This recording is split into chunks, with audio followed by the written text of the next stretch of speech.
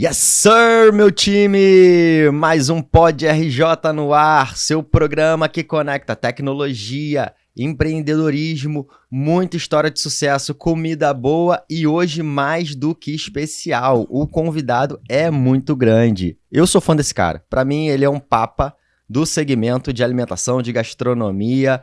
Essa iniciativa da Rio Quality com a JJ e eu não podia estar em melhor companhia do meu parceiro Rafa. Tudo bem, meu amigo?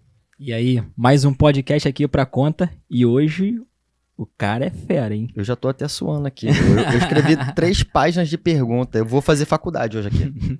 Hoje nós vamos falar com o Marcelo Marani, um dos maiores influenciadores do Brasil do segmento food. Então, pra gente é uma honra, né, cara, receber esse cara aqui.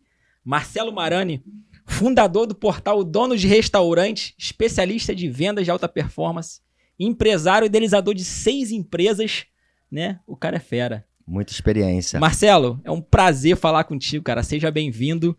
E eu queria ouvir de você um pouco rápido da tua história, que é fantástica. Eu já tinha ouvido em outros podcasts, mas eu quero que o pessoal daqui do Pod RJ tenha conhecimento dessa história e depois vai rolar um bom bate-papo aí entre a gente. Vamos lá, para mim é um prazer estar aqui com vocês hoje, depois dessa apresentação. Quem está suando agora sou eu, né? Pelo amor de Deus. Para mim é um prazer sempre quando vocês me convidam para os projetos. Eu estou sempre junto com vocês, pela admiração também que eu tenho pelo trabalho que vocês fazem nesse mercado. Falando aqui um pouquinho da minha história, eu nasci dentro de um restaurante, comecei a trabalhar com meu pai aos 14 anos de idade. E depois disso eu passei por várias experiências dentro do restaurante do meu pai e em outros restaurantes também. Trabalhei fora do Brasil, na Inglaterra, lavando copo, trabalhei também como garçom. Isso me fez aprender muito. Depois disso eu resolvi fazer uma faculdade, na verdade um mestrado em marketing, e foi lá que eu descobri muita coisa que eu coloco em prática hoje. Mas a verdade é que em 2019 eu senti uma necessidade muito grande de me aprofundar em restaurantes e no Brasil não tinha isso. Na verdade, em 2010 eu senti essa necessidade. Em 2019 eu fundei o portal Donos de Restaurantes, trazendo tudo que eu queria ter em 2010 e não encontrei no mercado de restaurantes. Então nosso objetivo é melhorar o nível de conhecimento do empresário de gastronomia, que infelizmente ainda tem uma dificuldade muito grande de principalmente não quebrar e, claro, de evoluir os negócios deles. Então é isso, para mim é um prazer estar aqui com vocês hoje. Muito obrigado, Marcelo. E falando especificamente da Rio Quality, é muito interessante ter essa oportunidade de conversar diretamente com você, porque hoje nós atendemos 12 mil clientes mensalmente, focados em alimentação fora do lar, né? Nosso negócio é 100% food service, né? E quando a gente fala do principal indicador que nós trabalhamos hoje no nosso mercado é a taxa de churn, mortalidade de cliente. Então, hoje a gente tem uma taxa de 13% de churn no nosso negócio, sendo que desses 12 mil clientes, a nossa recorrência de compra é de 2,8 por semana. Então, assim, a gente sabe que o cliente de food service, o operador de food service, ele compra regularmente pelo menos 2, 3 vezes por semana. E a gente perder cliente é algo que preocupa e a gente tem que olhar com cuidado. E você ter hoje, dentro do teu principal negócio, essa intenção de fazer com que os caras prosperem é algo que ajuda diretamente a Rio Quality. Então, hoje a gente considera realmente na Rio Quality um papa. Vira e mexe, a gente pega frases suas, seu Instagram, todo o conteúdo que você posta e usa para a nossa equipe comercial. Então eu quero aqui já diretamente te agradecer por fazer desse segmento de alimentação cada dia mais forte. E pegando um pouco da tua história, você falou que 2010 foi quando você teve esse gatilho de tentar levar mais conteúdo e informação para quem empreende dentro desse segmento de alimentação. O que foi que te motivou a isso? Foi alguma dor particular dentro dos seus negócios? Foi uma percepção de oportunidade de mercado? Conta um pouquinho pra gente. Isso que você falou primeiro, acho que é muito importante para quem está escutando esse podcast entender que a gente trabalha em cadeia, né? Quando a gente tem um empresário fechando as portas, ele deixa de comprar na Rio Quality, ele deixa de ter o JJ como um parceiro e ele deixa de estar evoluindo comigo dentro do portal ou em qualquer outro programa que eu tenha. Então, o nosso primeiro trabalho, eu enxergo que o nosso primeiro trabalho é fazer com que esse empresário tenha mais conhecimento, com que esse empresário consiga de fato passar pelas dificuldades, pelos obstáculos, evoluir e não quebrar. Essa é sempre a nossa primeira preocupação. Depois disso, existem várias etapas que ele precisa passar. O cara precisa aprender a vender. Muita gente não imagina, quando vai trabalhar com comida, as pessoas acham, vender comida é moleza, todo mundo tem que comer. E passa longe disso, né? A gente sabe o quanto é difícil tocar um negócio de alimentação, porque é uma empresa como qualquer outra. Então, quando eu disse de 2010, é que quando eu fui montar o meu primeiro negócio, eu queria mais informação. Apesar de ser filho de empresário que teve vários bares e restaurantes, meu pai teve diversos bares e restaurantes, alguns deram certo, prosperaram, alguns outros não, ele teve que fechar, teve que vender. Eu aprendi muito com isso, mas esse é o conhecimento do dia a dia, eu precisava mais, eu queria estudar, eu queria um conhecimento mais técnico, aprofundado, né? Um conhecimento técnico, eu queria entender mais sobre o comportamental também, e no Brasil não tinha esse tipo de conhecimento. Então eu fazia alguns treinamentos paralelos para outros mercados e tentava colocar em prática dentro do mercado de alimentação. E então, em 2019, quando a gente fundou o portal Donos de Restaurantes, depois disso, né, na verdade, eu comecei a fazer alguns treinamentos isolados em 2016. Então, depois disso, muitas boas pessoas também vieram para esse mercado e a gente fica muito feliz com isso, com o desenvolvimento desse mercado e as pessoas começando a perceber cada vez mais a necessidade de adquirir conhecimento, de conhecer novas pessoas, de abrir as portas dos restaurantes. Se profissionalizar de uma forma geral, né? É isso. Com o JJ também acontece a mesma coisa. Assim, eu percebi que 40%, teve meses que foi 50% do meu churn, foi por falta de conhecimento. Porque o cara fechou por falta de conhecimento. E foi aí que teve a ideia de criar o JJ Summit, né, para trazer conteúdo. Mas eu encontro uma dificuldade e eu queria que você falasse como você lidar com essa dificuldade. É a dificuldade de o cara entender que ele precisa de conhecimento. É porque, eu não sei se você já teve essa percepção, mas tem muitos donos de restaurantes que acham que sabem tudo já, né? Então ele, não, quem é esse cara aí para me ensinar? Não, mas isso aí eu já sei, eu já tô tantos anos na estrada. Cara, e aqui eu aprendo com estagiário às vezes, né? Eu já sou empreendedor há 20 anos.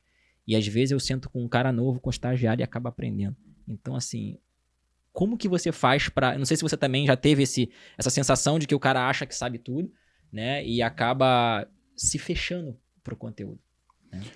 Ô, Rafa, você falou aí do JJ Summit, que baita evento, hein, cara? Saímos lá da primeira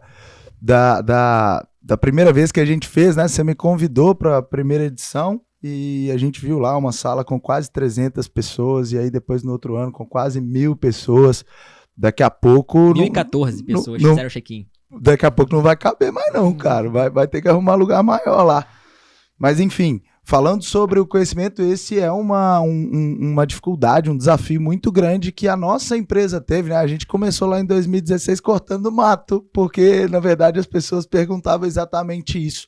Quem é você, Marani? Se você consegue ajudar o dono de restaurante a ganhar dinheiro, por que você não monta o seu? Então eu comecei a filmar muitas vezes o meu e os resultados que eu tinha para mostrar, olha só, eu tenho também... Aqui tem alguma coisinha que está dando certo e eu quero te mostrar que aí pode dar certo também.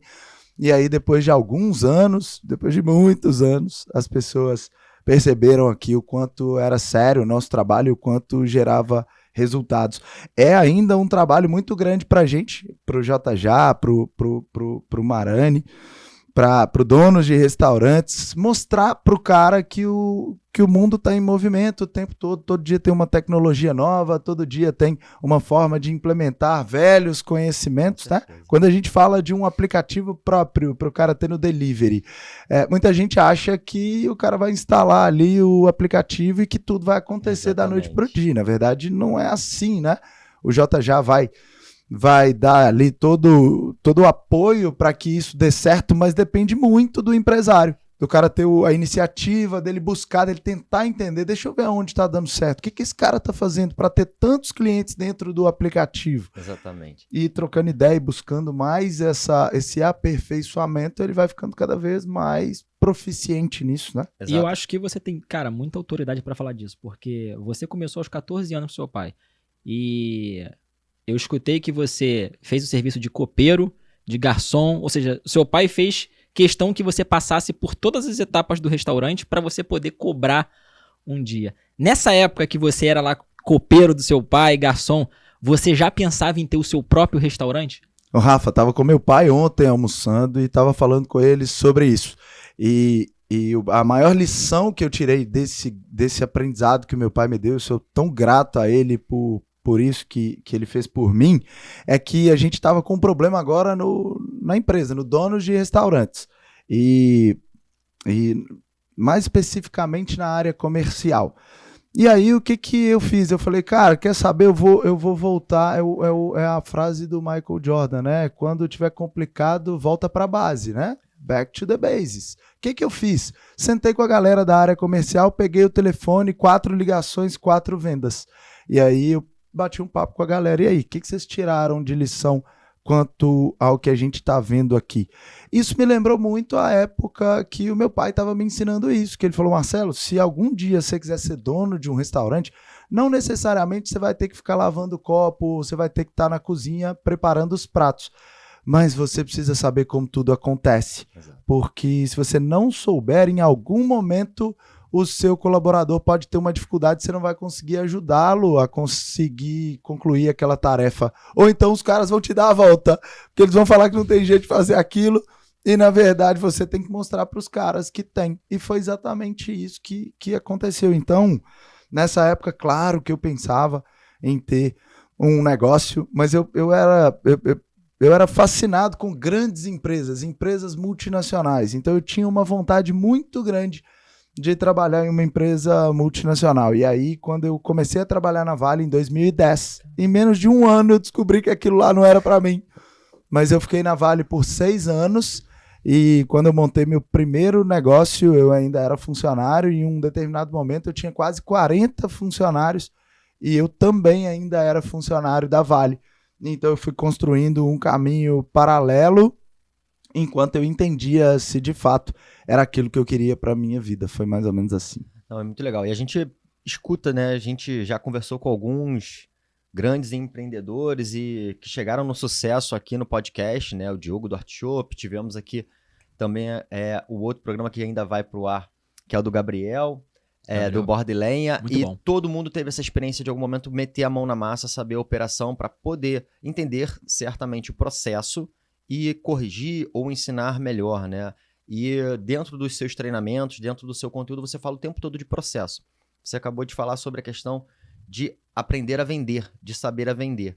E eu vi um conteúdo seu que você fala do garçom vendedor, que muitas vezes o dono de restaurante está só preocupado com um bom atendimento e esquece do processo de vendas.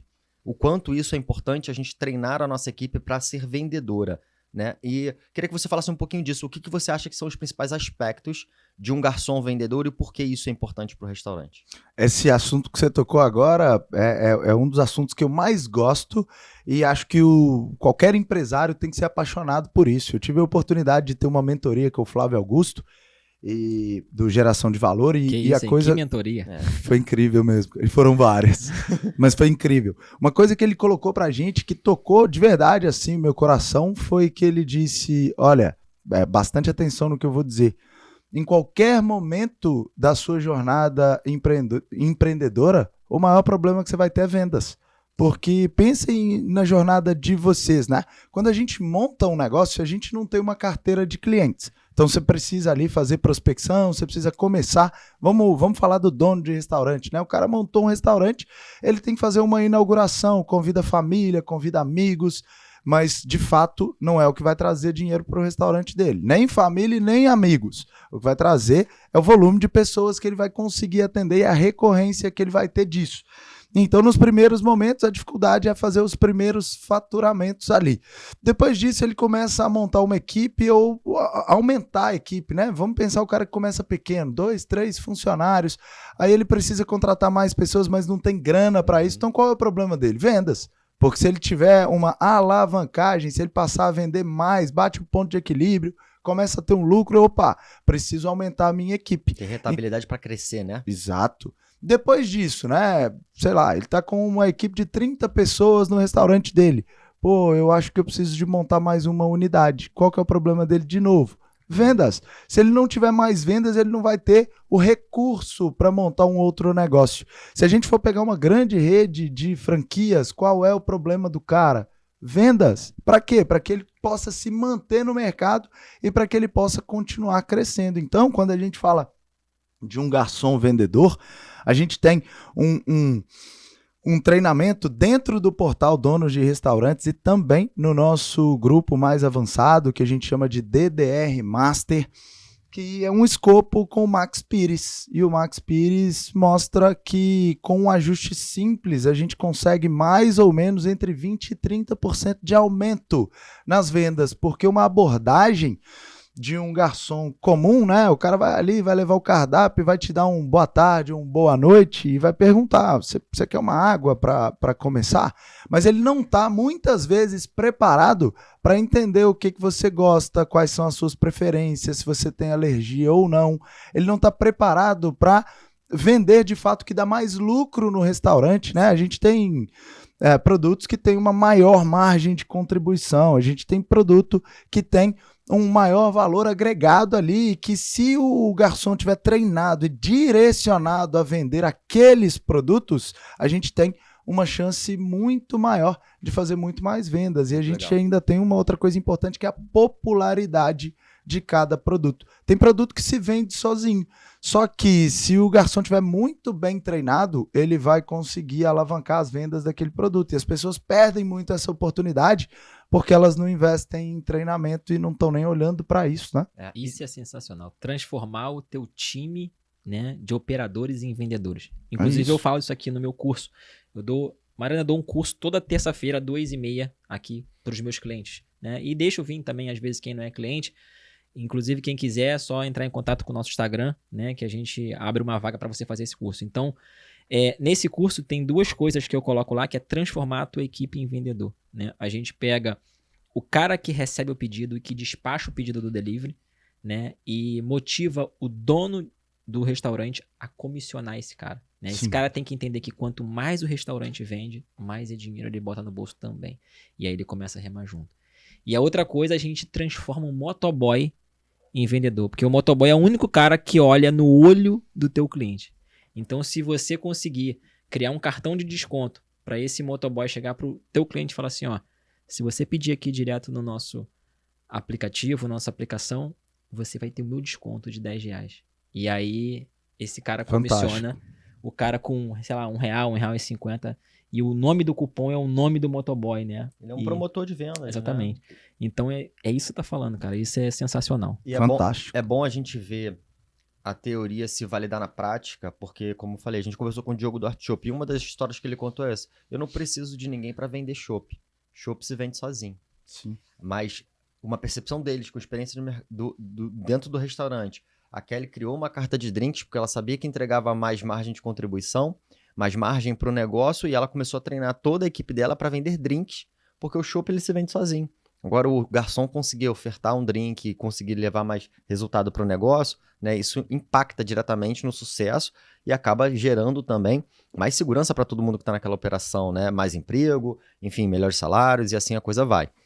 E diferente do que a maioria das pessoas imagina, é muito simples fazer uma aplicação de técnicas de garçom vendedor, né? Vamos pensar junto aqui, a gente faz uma técnica, a gente ensina, vamos dizer que o suco de laranja na hora do almoço é o que traz uma maior margem pro cliente.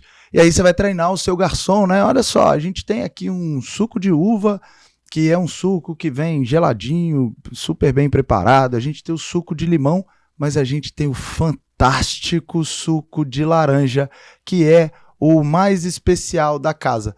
Cara, cada 10 Já pessoas que você fizer isso, 7 ou 8 você vai vender esse suco de laranja, né? Já gerou curiosidade, né? E já, putz, eu tava querendo largar o refrigerante. É o a cara forma oferece de falar, é sempre dar 3 opções, deixando a melhor por último, que é o que vai ficar na cabeça do cliente, e colocar aquela última coisa, que é o que você quer vender, como mais fantástico. Mas tem um negócio também, o cara que é o empresário, o cara tem que pensar, né? Eu lembro quando eu fazia consultoria ainda, eu trabalhei com consultoria antes de restaurantes em vários segmentos, né? E aí cheguei uma vez em uma loja e a dona da loja queria vender saia. E aí ela falou, Marani, eu preciso vender aquelas 4 saias verdes ali, ó, que não sai de jeito nenhum. E aí eu fiz uma pergunta para ela, e a saia preta? Porque eu vi ali, né, a saia preta, você tem até um pouco mais de quantidade. Não, a saia preta eu vendo 100 unidades por mês, mas essa verde não sai de jeito nenhum. Eu falei, pô, por que a gente não passa a vender 300 saias pretas e esquece a verde? O cara que é o dono do restaurante, ele tem, pô, Marani, mas eu quero colocar aqui 8 tipos de suco para dar mais opção para o meu cliente. Aí ele tem 7 tipos de suco e não vende nada. Então por que ele não foca naquele que vende e alavanca aquela venda, né? Eu sempre defendo muito o trabalhar com menos quantidade de produtos, um mix mais reduzido, mas um mix assertivo. A gente tem que vender o que as pessoas querem comprar, né? Exato, não insistir naquilo que você simplesmente acredita, né? Olhar os números e tentar caminhar naquele sentido. Aqui em 5 minutos de conversa, a gente já tem 2 cortes aqui de técnica de apresentação, né? De uma oferta. Sim. E essa análise de dados para você conseguir tomar uma decisão. Isso é de um valor que, como você falou, a gente às vezes percebe o dono de restaurante que vai abrir uma unidade ou que vai abrir um novo negócio, ele gastando até um tempo na equipe de operação, vamos treinar como fazer os produtos, mas não na venda. Aí você vai num restaurante que acabou de abrir as portas, você senta na mesa com uma família ou tudo mais, o garçom não sabe nem o que está no cardápio, porque recentemente abriu, aí aquela experiência já fica comprometida, né? E a gente até citou um pouco tempo atrás, aqui no início da nossa fala, a questão da tecnologia. Não é simplesmente se plugar num marketplace, num portal, que as coisas vão acontecer. A gente tem que trabalhar isso, né? A tecnologia não é o fim, é o meio das coisas acontecerem. E uma grande busca que a gente tem dentro da Rio Quality é conseguir focar que a energia do dono de restaurante ela tem que estar naquelas atividades centrais do negócio dele e não full time na operação. Hoje mesmo, vindo para cá, eu vi um post de um dos nossos clientes, ela filmando, ela indo num atacado comprar produtos. E ela botou lá uma legenda, isso a Globo não mostra. Eu tomei a liberdade de mandar um direct para ela. A Rio Quality pode te ajudar. Eu posso economizar esse tempo para você focar nas atividades centrais do seu negócio e você ter treinamento de equipe, treinamento de vendas, fazer um curso lá com o Marani e se estabelecer. E eu acho que o que a gente está tentando construir hoje nessa iniciativa da Rio Quality com a JJ, de trazer conteúdo, é exatamente esse caminho. Pessoas estão pensando tecnicamente na operação de restaurante, nesse segmento que é poderoso, né? A gente vê mercados como Europa e Estados Unidos já muito mais maduros nesse sentido e a gente está só começando. E é interessante a gente ver eventos como o Summit receber 1000 pessoas interessadas em conteúdo, né? E pegando um pouquinho dessa atividade que você está tentando, né, levar para mais e mais operadores, de levar conhecimento, uma das suas primeiras aulas que eu vi no treinamento Restaurante 2X fala de venda poderosa. E é legal porque a Rio Quality, em 2016, a gente desenhou um processo de vendas. Então, hoje, a primeira atividade do nosso vendedor, a gente tem 120 vendedores, é montar uma carteira com 100 clientes. E a gente descobriu que esse é o número que ele consegue conduzir com qualidade. E o vendedor só foca nisso até ele atingir esse primeiro passo. E você tem um curso da venda poderosa, a gente tem até o nome Fooderosos, que é Food Service Poderoso. Que legal. E eu queria que você falasse desse treinamento do Restaurante 2X, o que é um pouquinho dele, quais são as 3 aulas para quem está nos assistindo e quer buscar começar a adquirir esse conteúdo, como é que ele poderia estar fazendo. Antes de falar desse treinamento, não podia deixar de comentar aqui esse assunto tão importante que você falou, que são as compras, né? O empresário muitas vezes fica buscando um milagre, que é o que você fez para virar chave, Cara, o que a gente faz todos os dias, né? muitas vezes, quando eu faço uma compra de maneira mais inteligente, mais organizada, eu ganhei ali 1, 2 horas para eu trabalhar a estratégia do meu restaurante.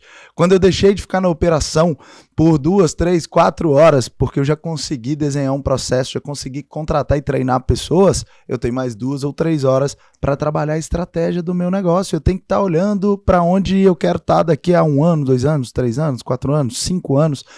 Eu vejo os empresários ainda, infelizmente, tocando barco sem um planejamento, né? Sem um planejamento, sem uma visão estratégica mesmo, né? O cara tá tocando um restaurante dele ali pagando boleto.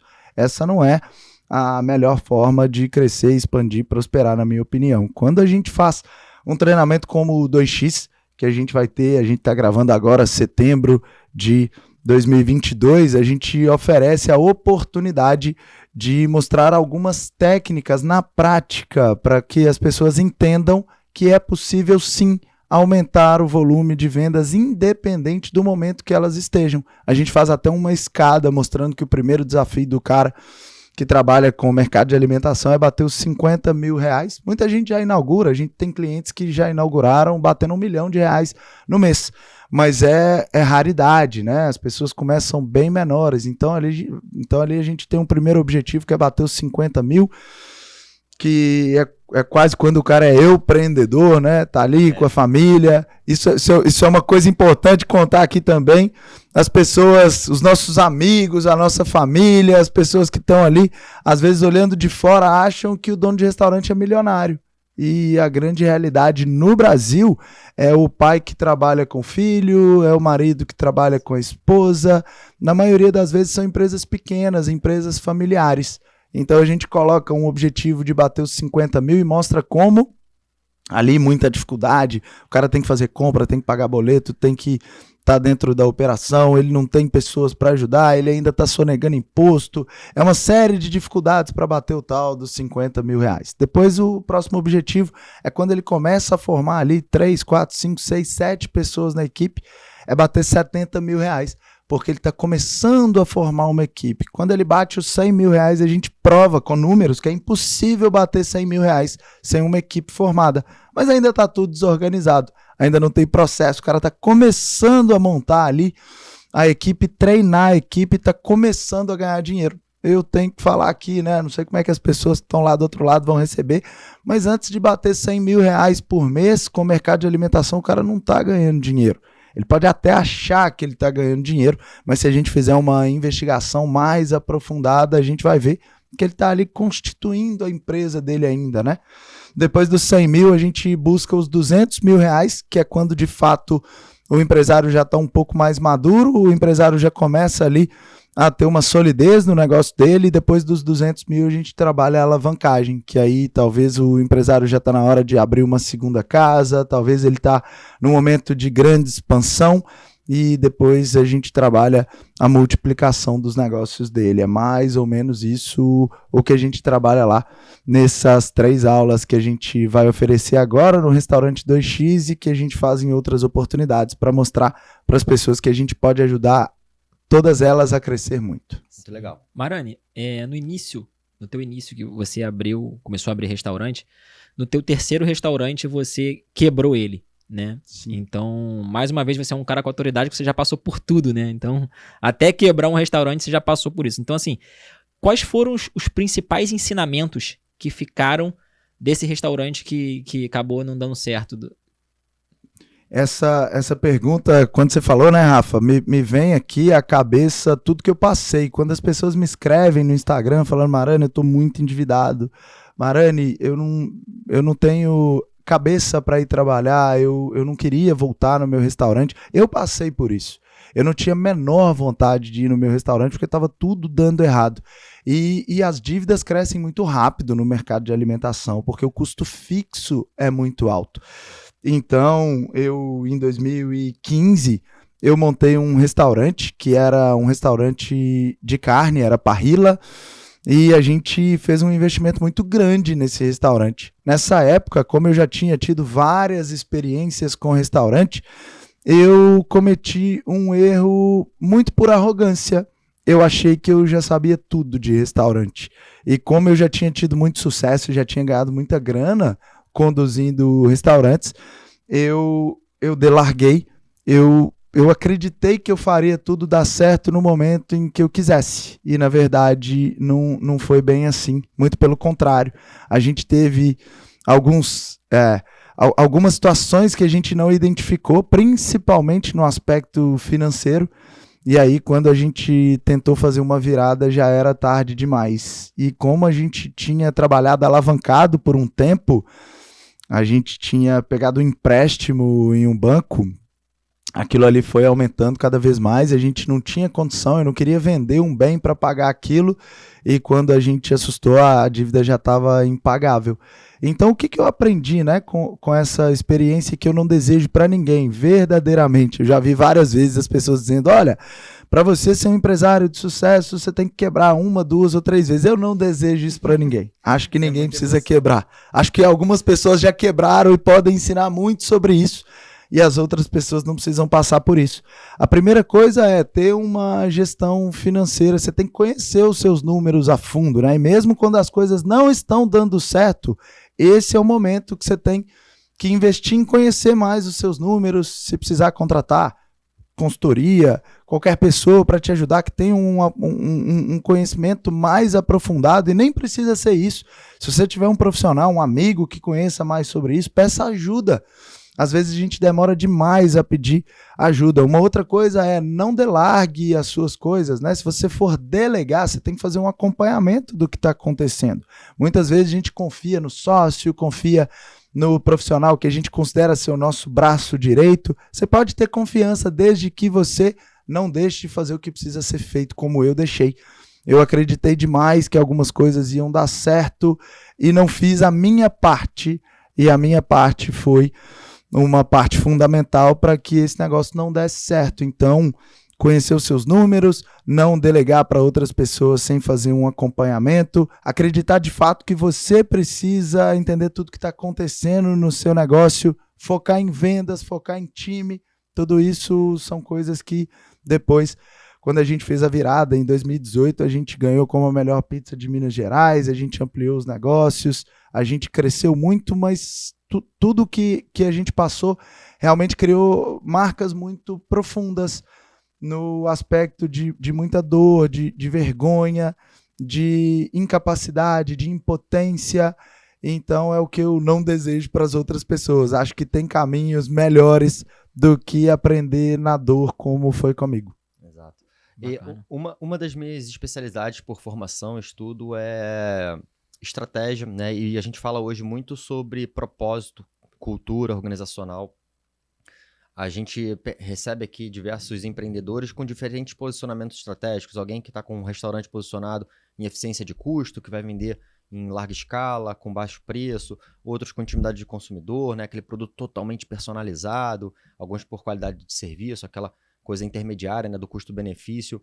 O quanto importante você acha que é para alguém que vai empreender ou que está dentro desse processo estabelecer esse posicionamento estratégico? O quanto é importante dedicar tempo para a gente mapear forças, fraquezas, oportunidades, definir como vai competir no mercado, com quem vai competir com o mercado? Você acha que isso é algo que tem que passar desapercebido ou que realmente tem uma importância, uma relevância para o dono de restaurante? Tá louco, essa é uma conversa de altíssimo nível, né? Uma das coisas que eu mais gosto de discutir. Eu tenho até uma camiseta, se soubesse que a gente ia tocar nisso, teria vindo com ela. Não seja o pato. O pato anda, nada e voa, mas ele não é o melhor em nenhum dos 3 fundamentos. E eu vejo o cara que é dono de um sushi querendo vender pizza, o cara que é dono de uma churrascaria querendo investir em pastel. Cara, defina o seu posicionamento de mercado, você tem que ter um diferencial competitivo.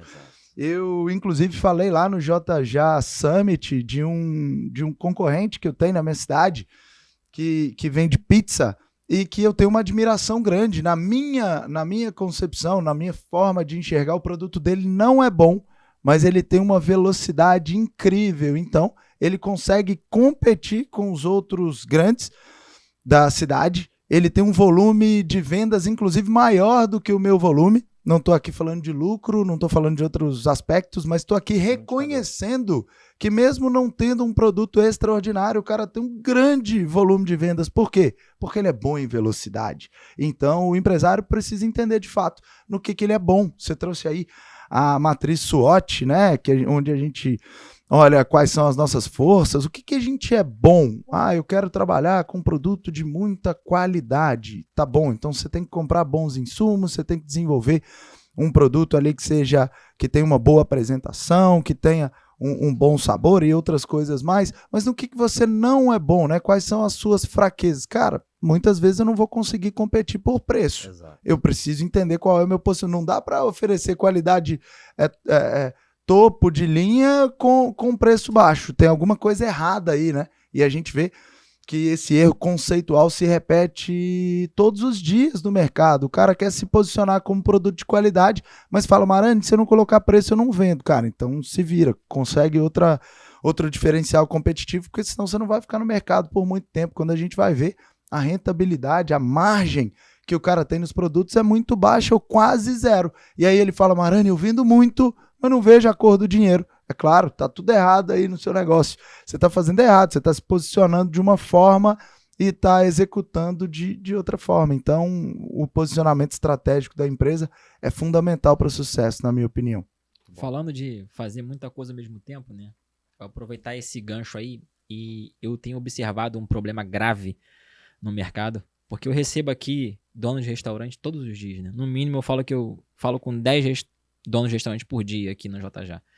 Então, alguns estão chegando com uma dor, que é o seguinte, por facilidade do marketplace, eles abriram na mesma cozinha várias operações, né? Então, o cara, às vezes, tem cara aqui no Rio de Janeiro que em uma cozinha ele tem 5 marcas. Ele tem uma pizzaria, ele tem uma hamburgueria, ele tem uma esfirraria, ele tem um negócio mexicano, enfim.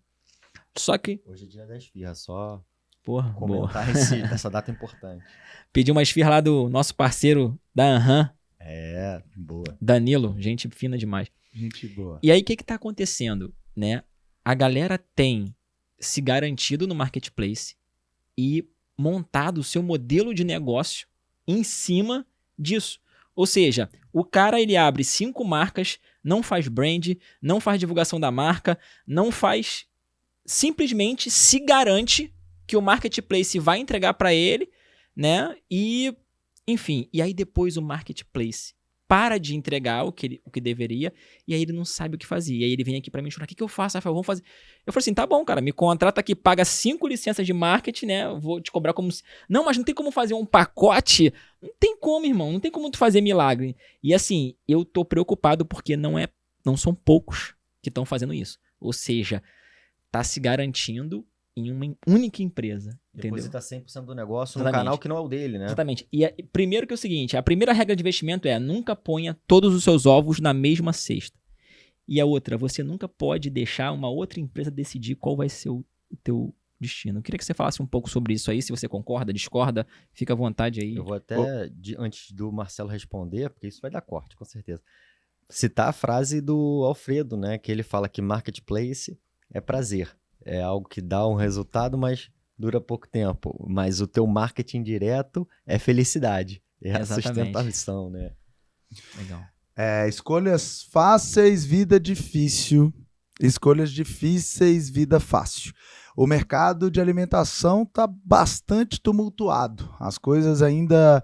a gente tem muita coisa nova no mercado. Os marketplaces estão sendo cada vez mais explorados, a concorrência está gigante. Quando o cara faz uma escolha fácil, que eu vou crescer no marketplace, essa é uma escolha que, num primeiro momento, poxa, eu consigo pegar um restaurante que vende 50 mil no iFood e botar ele vendendo 100, 150 mil com muita facilidade. Mas isso, muitas vezes, não é sustentável. Quando você pode escolher, né? Você pode escolher trabalhar para algumas empresas ou para que algumas empresas trabalhem para você. Quando você está no iFood, você está trabalhando para os caras. Isso é certeza absoluta. E aí, quando você tem essa escolha fácil, quais são os riscos, né? Me lembro dos meus tempos de Vale, do que eu aprendi lá.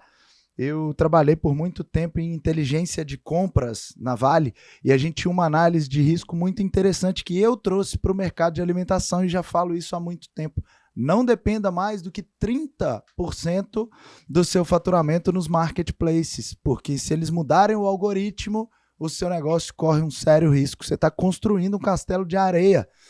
Quando você tem uma plataforma própria, como o JJA, por exemplo, é muito mais difícil crescer do que no iFood, mas é muito mais sustentável. A gente precisa ser muito honesto com isso. Eu acho uma loucura o cara tá fora dos marketplaces, mas eu falo com toda abertura e falo isso, inclusive, quando eu sou convidado pelo próprio iFood para falar, eu falo muito sobre isso, que é o iFood tem que ser um motor de alavancagem no seu negócio. Você tem um insumo ali que já está com a data de validade próximo. Cara, eu preciso queimar esse estoque. Vai lá, faz uma promoção no iFood, queima esse estoque. Cara, eu tô no início, eu preciso fazer as minhas primeiras vendas, as pessoas têm que conhecer minha marca. O marketplace vai te ajudar muito, mas não é um crescimento sustentável na minha visão. E aí, quando a gente pega o cara que está colocando 5 cozinhas na mesma, o cara não tem o custo de mercadoria vendida bem apurado de nenhuma marca, ele não sabe de onde está vindo o lucro, de onde está vindo o prejuízo. Mas no início é muito cômodo fazer isso, né? Eu tenho 5 marcas, eu vou vender pra caramba, eu vou alavancar muito rápido, mas na verdade daqui a 1, 2 ou 3 anos a gente nem sabe se esse cara tá no mercado mais. Então eu acho bastante perigoso, eu acho bastante arriscado esse tipo de estratégia, principalmente para quem não tem uma habilidade maior para lidar com números, com gestão e com vendas. Olha, muito legal, eu anotei aqui, né? Eu assisto todos os nossos programas depois e faço uma série de anotações porque eu um dia acho que vou escrever um livro só desses programas que a gente está fazendo. E Marani citou aqui, não coloque mais do que 30% das suas vendas dentro do marketplace, só algo que você não controle. Você sabe que o mercado hoje tá 90-10, né? Exato. E eu vou pegar hoje pela manhã, ao entrar na rede social, o primeiro post que eu vi foi do Marcelo, falando sobre uma coisa que é um detalhe sutil, mas de uma profundidade, de uma delicadeza que faz a diferença na experiência, e eu acho que conecta um pouco desse papo. A Rio Quality fez a parceria com a JJA, não é à toa, porque a gente acredita nesse modelo de canal direto, de você conhecer para quem você está vendendo, e o Marcelo fez um post hoje sobre a delicadeza de um food truck onde ele foi comprar água e o atendente perguntou o nome dele, depois ele voltou para comprar uma nova água nesse food truck, e o atendente o chamou pelo nome. E isso já fez ali uma relação, que já conectou de alguma forma, né? O Marani escolheu o mesmo lugar que ele já tinha comprado por esse atendimento. E ter uma plataforma de marketing como a JJA permite isso, você conhecer o seu cliente direto. Queria que o Marani e até o Rafa falasse sobre essa importância de você conseguir entender para quem você está vendendo, o quanto isso é importante para reter o cliente ou para você realmente aumentar as suas vendas. Eu acredito que, cara, o iFood ele tem que ser mais um canal para o cliente. E eu torço para que venha outros marketplaces. Eu estou sedento por Americanas Food, 99 Food, né? Aqui no Rio de Janeiro, não sei se você sabe, teve uma tentativa do Valeu de ser implantado, né? E foi uma coisa muito triste, porque os caras lançaram um aplicativo. De fato, o aplicativo estava bem ruinzinho, mas é normal, todo aplicativo quando lança, né? De vir ruim, ele vai evoluindo. Só que, infelizmente, apareceu um vereador do Partido Novo e entrou com uma liminar para derrubar o Valeu, né? Dizendo que o Estado, o município não podia intervir na economia e que isso não era papel do município, enfim. E aí ficou um caso até chato, porque entrou com um escritório muito grande, né, de advocacia, um escritório bem pesado, sabe? E derrubou. E isso poderia ser uma ajuda para os donos de restaurante. Assim como a prefeitura, né, ela criou um aplicativo chamado Táxi Rio, não sei se você sabe. Lembro. Por um órgão da prefeitura chamado Implan Rio, que é o órgão de tecnologia da prefeitura aqui do Rio.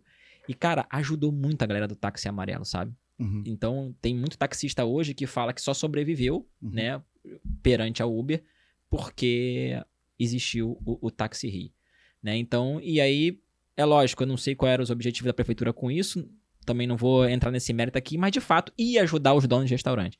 E aí aparece um vereador que acredito que era para ajudar e veio e derrubou o negócio. Então, assim, eu acho que é impossível, o cara não tem que estar de fora dos marketplaces, ele tem que estar lá, mas usar como um canal de aquisição e entender o jogo. Esse é o principal de tudo, é entender o jogo, né? Entender que aquele cliente que compra pelo marketplace não é dele, é do iFood. E o iFood já deixou bem claro. Tem uma matéria da época onde o Fabrício, que é o CEO, fala, não, a gente gastou dinheiro com o Fábio Porchat, com a Anitta e com outros, e por isso o cliente tem que ser nosso, entendeu? Isso ele fala numa revista, eles falam bem aberto nisso, né? Então, assim, você não pode querer ser um prestador de serviço do marketplace, você tem que ser o seu restaurante, tem que construir marca, brand, enfim. Eu vejo muitos empresários querendo burlar essa proteção do iFood, que não é só do iFood. Se a gente for olhar no mercado de hotéis, é a mesma coisa, o Booking funciona da mesma forma. Se a gente for olhar no mercado de táxi, a Uber funciona da mesma forma. É característica do business, né? Marketplace, né? Exatamente. E aí o que a gente precisa entender, né? Como o Rafa definiu muito bem, na minha opinião, na minha visão, eu acredito muito nisso. A gente precisa construir base, mas mais uma vez é difícil. E aí o empresário busca uma vida mais fácil. Só que a vida mais fácil muitas vezes não é a vida mais sustentável. Ter o contato do seu cliente é a coisa mais valiosa no nosso mercado. Eu acho fundamental, eu acho indispensável o operador de delivery ter uma plataforma própria. A gente tem que olhar para os próximos 3, 4, 5, 10 anos sem base. A gente não consegue mandar uma mensagem para o cara dizendo, olha, eu tenho um cardápio novo aqui, olha quanta coisa legal eu tenho, olha, eu acabei de lançar um produto. Cara, você não me compra há 3 meses. O que aconteceu? Será que aconteceu algum tipo de problema? E quando eu tenho uma plataforma própria como o JJ, eu tenho total capacidade de entrar em contato com o meu cliente. Quando eu trabalho só com o iFood, não. Eu fico dependendo o tempo inteiro de uma outra empresa, que no caso é uma empresa parceira, para fazer o meu marketing, para me ajudar a alavancar as minhas vendas. E aí, na verdade, a gente tem que ser muito honesto aqui, né? Eu estou terceirizando a responsabilidade para o iFood. E também tem uma matéria que diz, o iFood está quebrando os pequenos negócios. A gente tem que tocar nessa ferida, que é assim, na verdade não foi o iFood que estava quebrando os pequenos, foram os pequenos negócios que acreditavam demais que era só vender pelo iFood que estava tudo bem. E aí o iFood mudou as listas promocionais, o iFood mudou o algoritmo, e eles não continuaram performando. Como eles já tinham um custo fixo muito alto e passaram a não ter aquele volume de vendas que eles tinham antigamente, o negócio deles ruiu. Então, o que a gente vê? Foi o iFood que quebrou os caras? Não, foram as péssimas decisões que eles tomaram no passado. Então, quem está assistindo, quem está ouvindo esse podcast, tem a oportunidade de entender que construir base é fundamental para o longo prazo. Sim, e até o desejo, né? Hoje, tem dono de restaurante que antigamente o cara queria ser, quero ser um grande restaurante, ter várias lojas, ganhar o Brasil, espalhar minha marca e tal. Hoje, cara, tem dono de restaurante que o sonho dele é ser um super restaurante do iFood, para pagar uma comissão menor, né? Para você ver o nível que tá chegando o negócio. E é legal porque a gente vive num mundo que muda muito rápido, né? A gente está se acostumando com essas mudanças diárias. E como vocês falaram, estrategicamente não é talvez o caminho mais interessante para um cenário altamente volátil, né? Estar totalmente alavancado num canal só. Até na conversa com o Alfredo Soares, ele fala sobre o momento não de conveniência, a gente está no momento de ultra conveniência. Até um tempo atrás a gente se sentia satisfeito por ter alguns aplicativos e dentro desse mundo de diversos aplicativos a gente conseguir resolver as nossas necessidades diárias. Hoje a gente quer cada vez mais tudo num aplicativo só, para conseguir num aplicativo só resolver ainda mais rápido tudo aquilo que a gente precisa. E a gente tem que estar ciente disso, porque trabalhar o nosso canal, trabalhar a nossa marca vai talvez nos blindar por as mudanças que o mundo vai provocar. E citando essa questão de posicionamento de marca e estratégia, eu já escutei falar de alguns donos de restaurante que número de seguidores em rede social talvez seja um dos principais indicadores para um bom posicionamento de marca, que sua marca está relevante, e um dos principais indicadores de atração de cliente. Marcelo, você concorda com isso ou você acha que número de seguidores é um indicador de vaidade? O número de seguidores é um indicador importante, sim, mas acredito que outros indicadores devem ser levados em consideração. E as redes sociais são um grande composto de marketing é uma forma de aumentar a sua visibilidade junto aos seus clientes e aos seus potenciais clientes, mas também é muito importante a gente dizer que o empresário precisa ter uma estratégia muito bem definida. Às vezes eu vejo o empresário querendo contratar uma agência e delegar tudo para aquela agência. Pô, eu contratei uma agência porque eu não sei postar.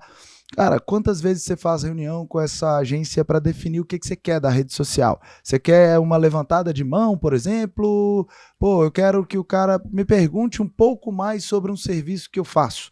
Então, como é que você vai trabalhar essa estratégia na rede social? Cara, eu quero aumentar a minha venda no delivery usando rede social. Tá, qual é a estratégia de visibilidade, de aumento de visibilidade você adotou para conseguir depois fazer a venda, né? A gente tem todo mundo não, a maioria das pessoas confunde muito marketing com vendas.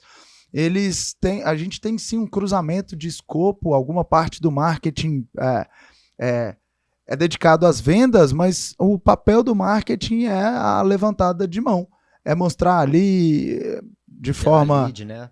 Gerar lead, exatamente. A gente precisa fazer com que o desejo do cliente seja despertado quando está ali nas redes sociais. Então, o número de seguidores, claro, né? Não dá para comparar um restaurante que às vezes tem 100 mil, 200 mil, 300 mil seguidores com um que está começando, tem 2 mil, 3 mil seguidores. O que a gente precisa entender é se aqueles seguidores realmente são potenciais clientes, porque, por exemplo, a gente tem estratégia de Reels agora no Instagram.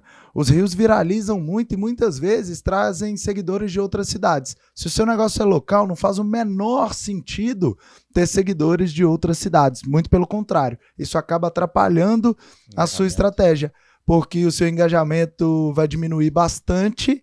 Você acredita que você está fazendo um papel muito legal, que é, nossa, estou postando Reels todos os dias, o número de seguidor está duplicando, triplicando e de repente você não vende nada. Por quê? Porque os seguidores são de outras cidades, são de outros lugares e eles nunca vão virar clientes. Então, a gente precisa tomar cuidado com as métricas de vaidade. Sim. Voltando no papo anterior, né? Você falou da importância de você ter o telefone do cliente para poder conseguir falar com ele.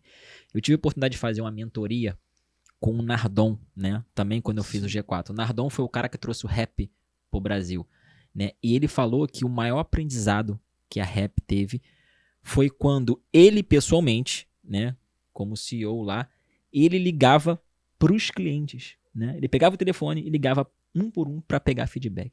E cara, é impressionante como isso é um aprendizado assim absurdo que você tem, né? Quando você liga para o teu cliente e pede feedback, né? E eu aprendi isso com ele, hoje eu faço muito isso. Recentemente agora, cara, eu aprendi uma coisa simples com um cliente. Teve um cliente de Caxias que estava chateado com o JJ, que ele teve um problema na plataforma e demorou a ser resolvido, né? E aí ele ficou chateado e eu fiquei sabendo até que ele comentou com outras pessoas que tinham ficado chateado, então eu fui lá pessoalmente para entender o problema do cara e resolver. E aí cheguei lá, bati um papo, graças a Deus quando eu cheguei lá o problema já estava resolvido, mas eu aproveitei para entender melhor a cabeça do cara e no final eu falei assim, cara, o que a gente pode fazer para melhorar, né, lá no JJ? O que você acha? Ele, cara, tem uma parada que me incomoda muito no teu suporte. Às vezes eu pergunto uma coisa e ela me responde com uma resposta pelo WhatsApp que eu percebo que essa resposta ela foi feita de forma mecânica, ou seja, eu percebi que aquela mensagem ali ela copiou e colou para vários clientes. E aí isso aí me desagrada. Né, eu gostaria muito mais que fosse uma mensagem pessoal, sabe? Humanizada, né? Mais humanizada. Aí eu falei assim, putz, cara, isso é uma coisa simples de se fazer. E aí eu já cheguei aqui, já chamei o suporte de minha reunião, não quero mais mensagem automática. Você vai fazer um áudio, hoje tem a facilidade do áudio, né? Muito rápido. Você vai fazer um áudio para o cliente e informa o problema para ele, ou então a resolução para ele, enfim. E aí foi uma sacada que você, só tendo o telefone cliente, só tendo contato, que você vai melhorar o teu negócio. Então, quantos clientes como ele devem ter ficado chateados com a mensagem? E você pode melhorar. Isso é só no restaurante, imagina quanto você pode melhorar a qualidade, o atendimento do seu restaurante com o feedback do teu próprio cliente. Um comentário sobre isso, um dos meus principais papéis dentro da Rio Quality é ouvir o cliente. Estar na operação não significa simplesmente você estar executando uma tarefa operacional, mas você estar em contato com quem usa o teu produto, com quem tem a experiência do teu produto. A gente está numa semana de feriado e Rock in Rio, no Rio de Janeiro. A minha taxa de pedidos aumentou muito. A gente tem uma média de 2.000 pedidos por dia, a gente teve 3.000 pedidos por dia. Uau. Feriado e Sim. Rock in Rio. Tá bom, ontem bombou também, JJ. A gente depende de espaço físico em caminhão e equipe. A gente não consegue multiplicar isso do dia para a noite. E a gente botou 3.000 pedidos na rua no feriado e a gente teve 2 entregas que voltaram de clientes que tinham uma operação sensível. Esses clientes vieram falar comigo diretamente. Então, assim, é importante você não terceirizar principalmente essa etapa de ouvir o cliente. Porque em momentos de desgaste, em momentos de necessidade, você tem que estar perto para conseguir dar esse atendimento, e isso foi enfatizado, inclusive, pelo Gabriel do Borda e Lenha, que acabou de receber investimento lá do Semenzato e do Felipe Tito. Ele falou, eu no Instagram, eu acesso ali o saque que vem pelo Instagram e tento solucionar o cliente, mando um áudio para o cliente ouvir, que é a minha voz, que eu estou por trás disso. Então, dá trabalho, é um esforço, mas é importante essa proximidade, né? Quando o Rafa estava falando, quando o Rafa estava contando essa história aqui pra gente, o que me chamou a atenção, em primeiro lugar, foi a humildade.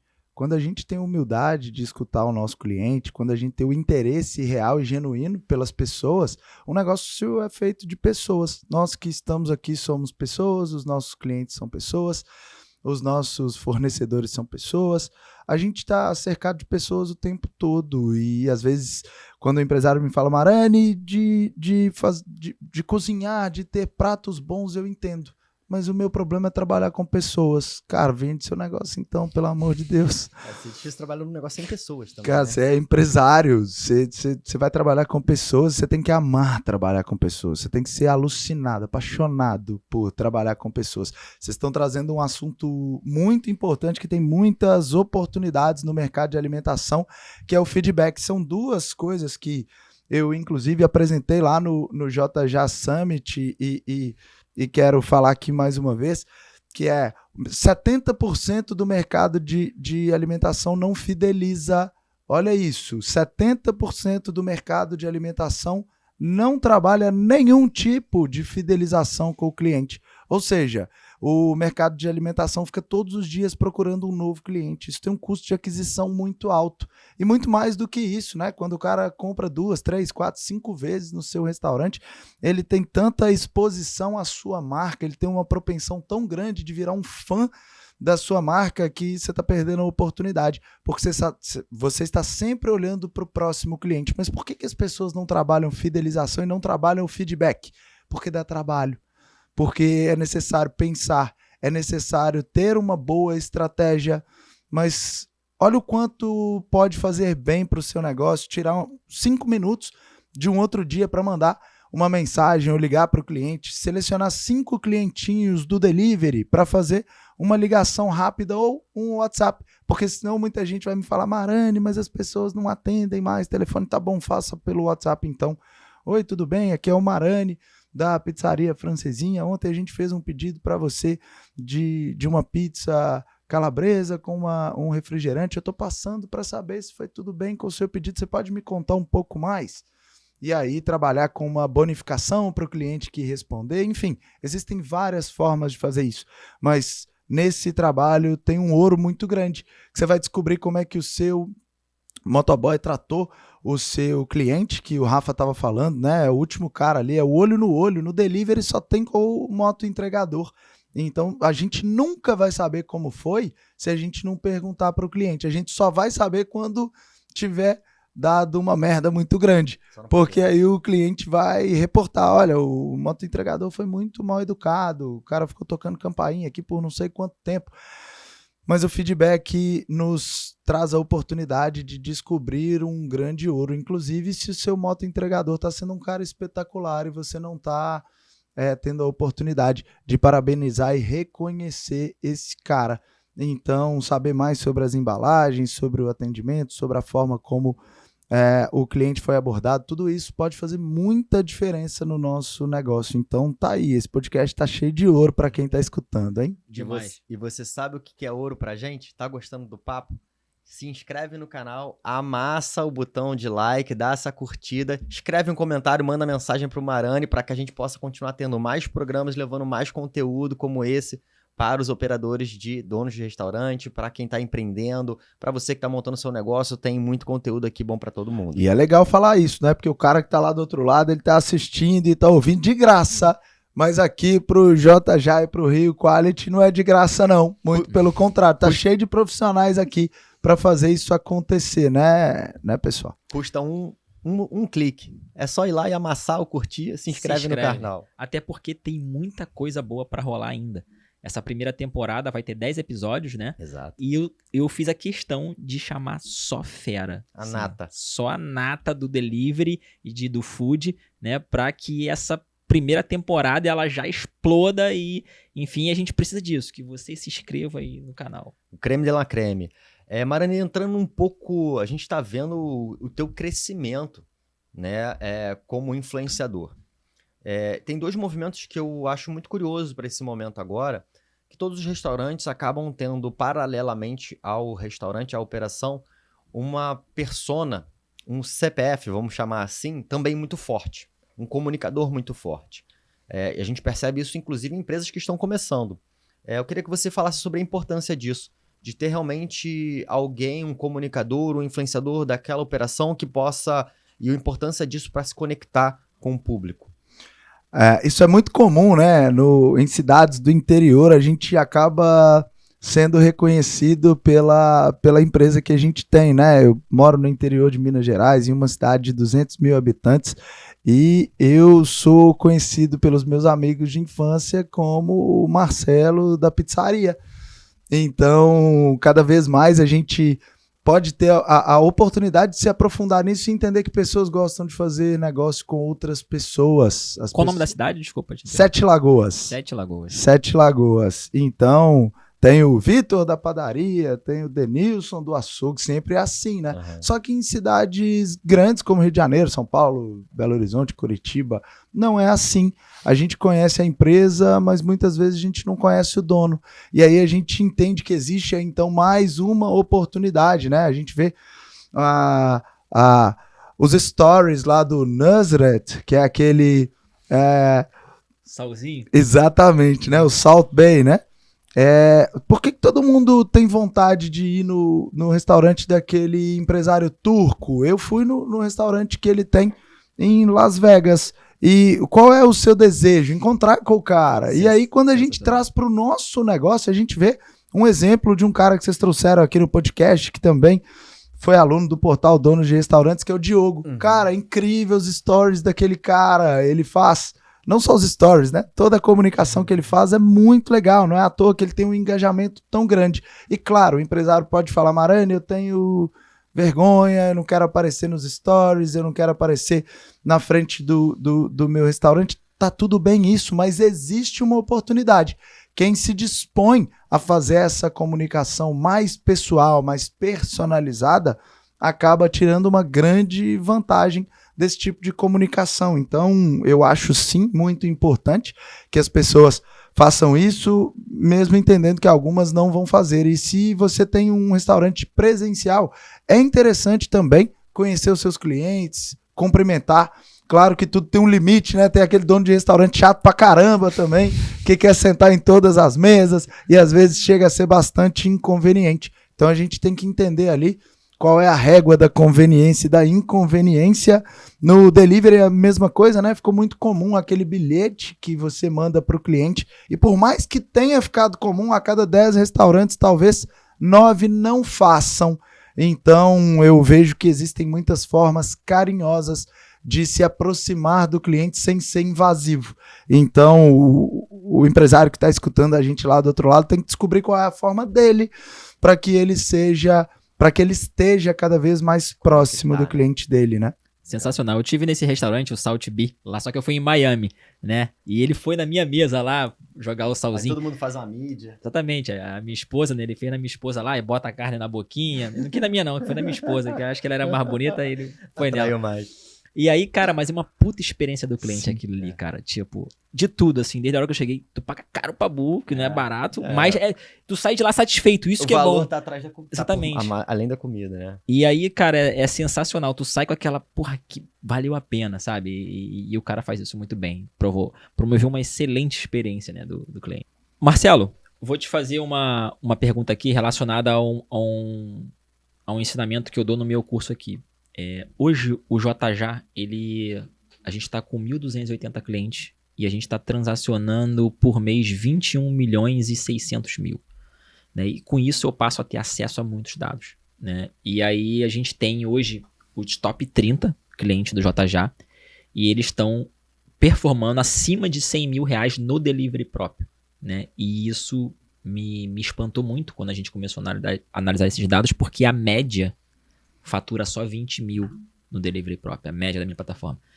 E aí eu queria entender por que esses caras estão performando muito além dos outros. E aí eu fiz esse trabalho de campo, fui atrás, vi o que os caras faziam, enfim. E aí consegui formar um treinamento com tudo que eles faziam, né? Só que eu percebi que 70% do que eles faziam era o básico, né? Bem feito.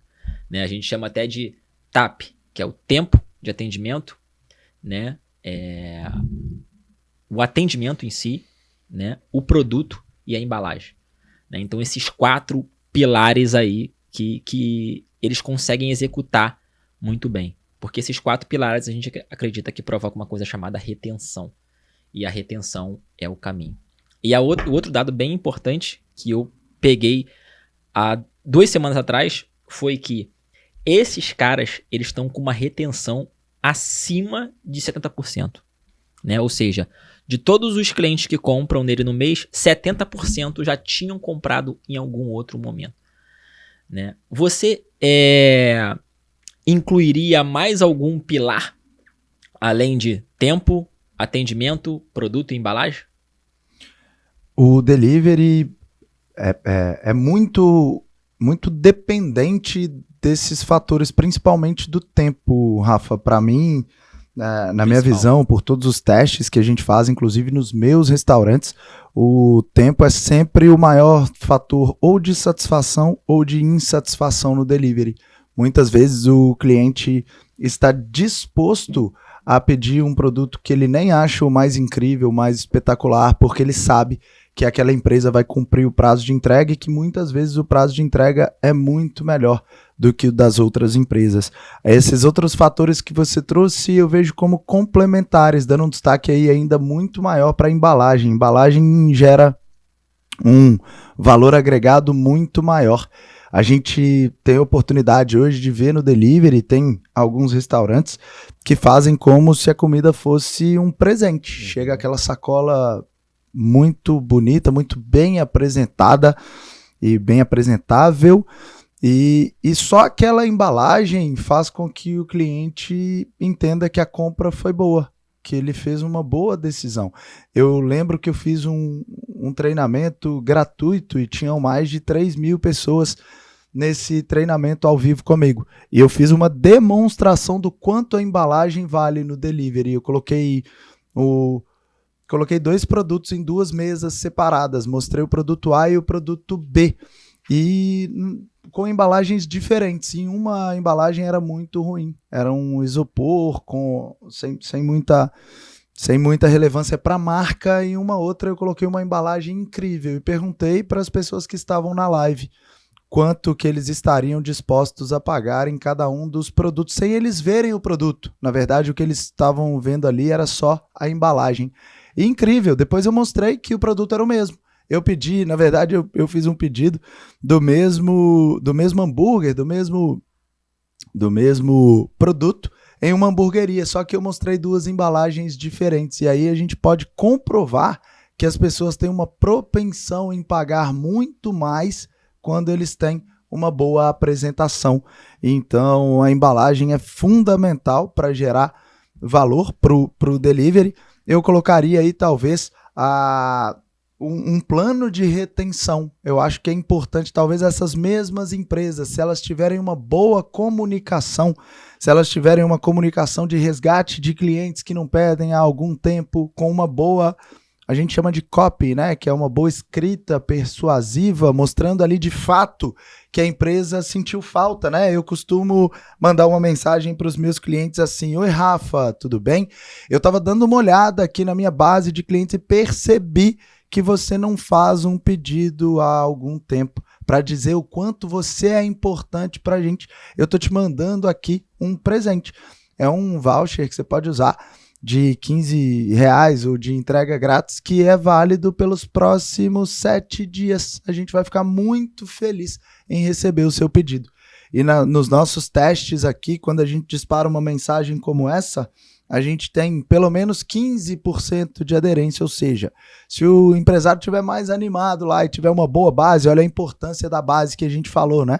Vamos dizer que o cara tenha 10 mil clientes e ele tem talvez 5 mil clientes que não pedem há 3 meses ou mais do que isso. A gente está falando então que o cara disparando uma mensagem como essa, chamando o cliente pelo nome, ele tem pelo menos mais 500 a 750 pedidos, né?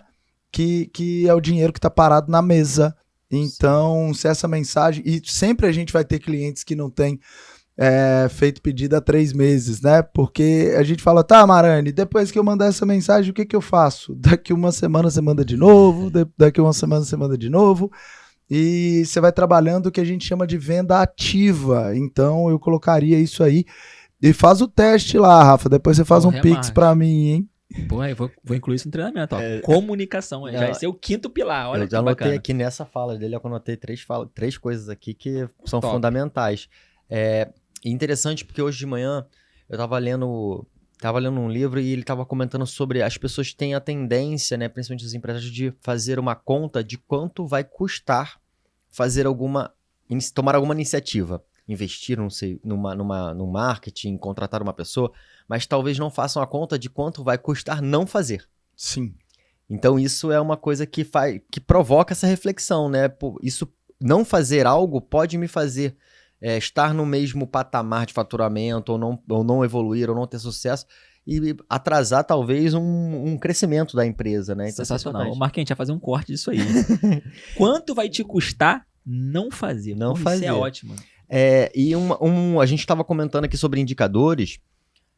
Marcelo, na sua opinião, o cara que está começando uma empresa, está tendo uma gestão, está começando aquele momento, eu quero melhorar a minha gestão do meu negócio, eu quero ter um pouco mais de controle nos indicadores. Quais são os indicadores que você acha que não pode faltar na avaliação mensal de resultado de um dono de restaurante? Todo mundo olha para só para esse, né? Não deveria ser assim, mas sim, o faturamento para mim é o primeiro indicador que o cara tem que olhar. Então, entender e ter um objetivo claro de faturamento é importantíssimo. O segundo indicador é o lucro líquido. Não adianta eu ter um baita faturamento. Vamos lá, vamos falar um pouquinho de números, né? Eu estou faturando R$100 mil no delivery.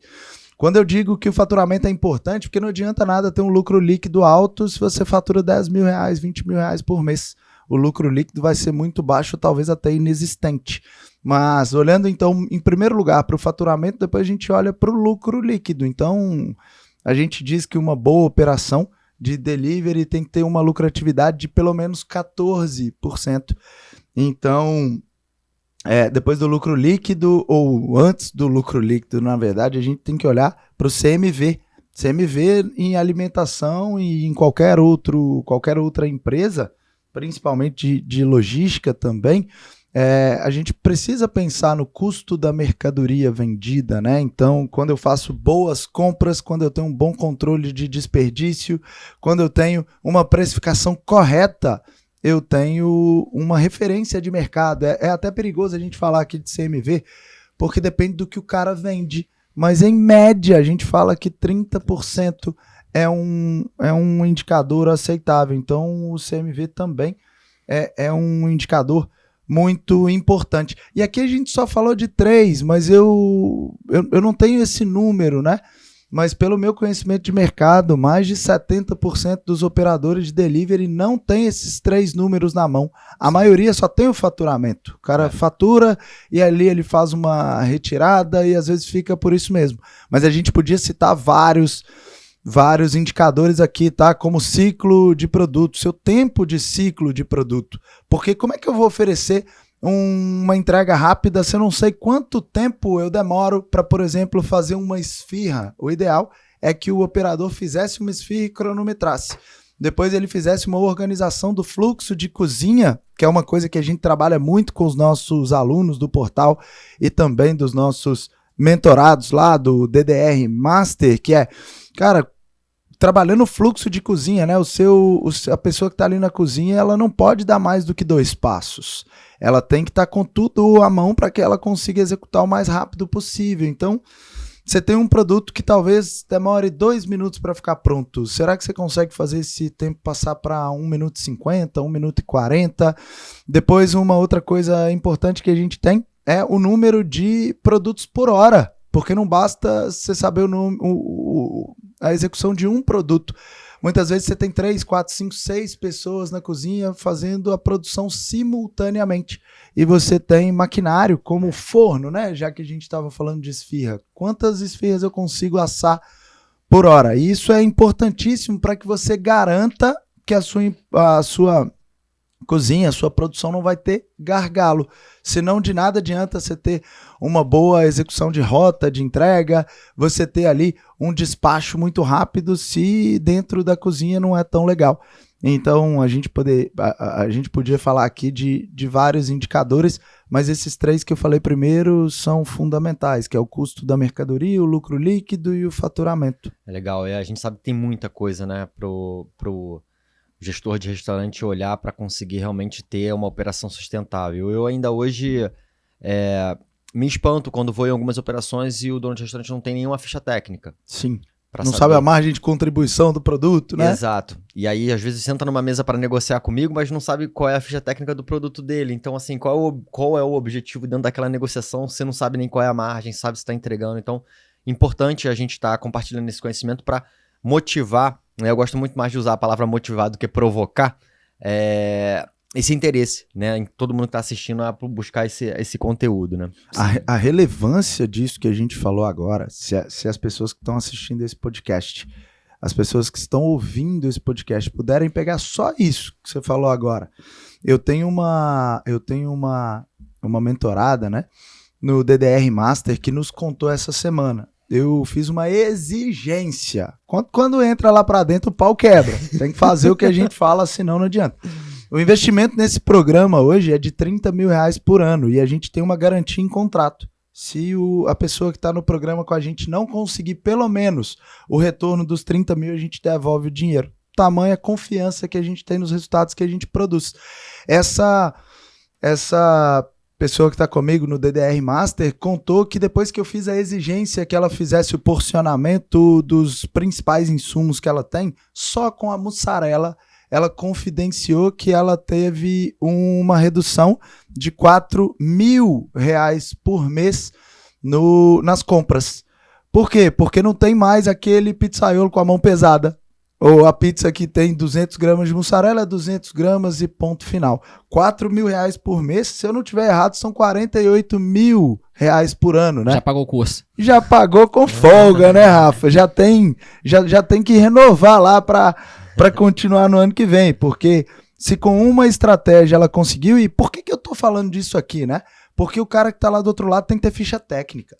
Ele tem que saber exatamente qual é a quantidade de cada insumo que ele produz, o produto final, né?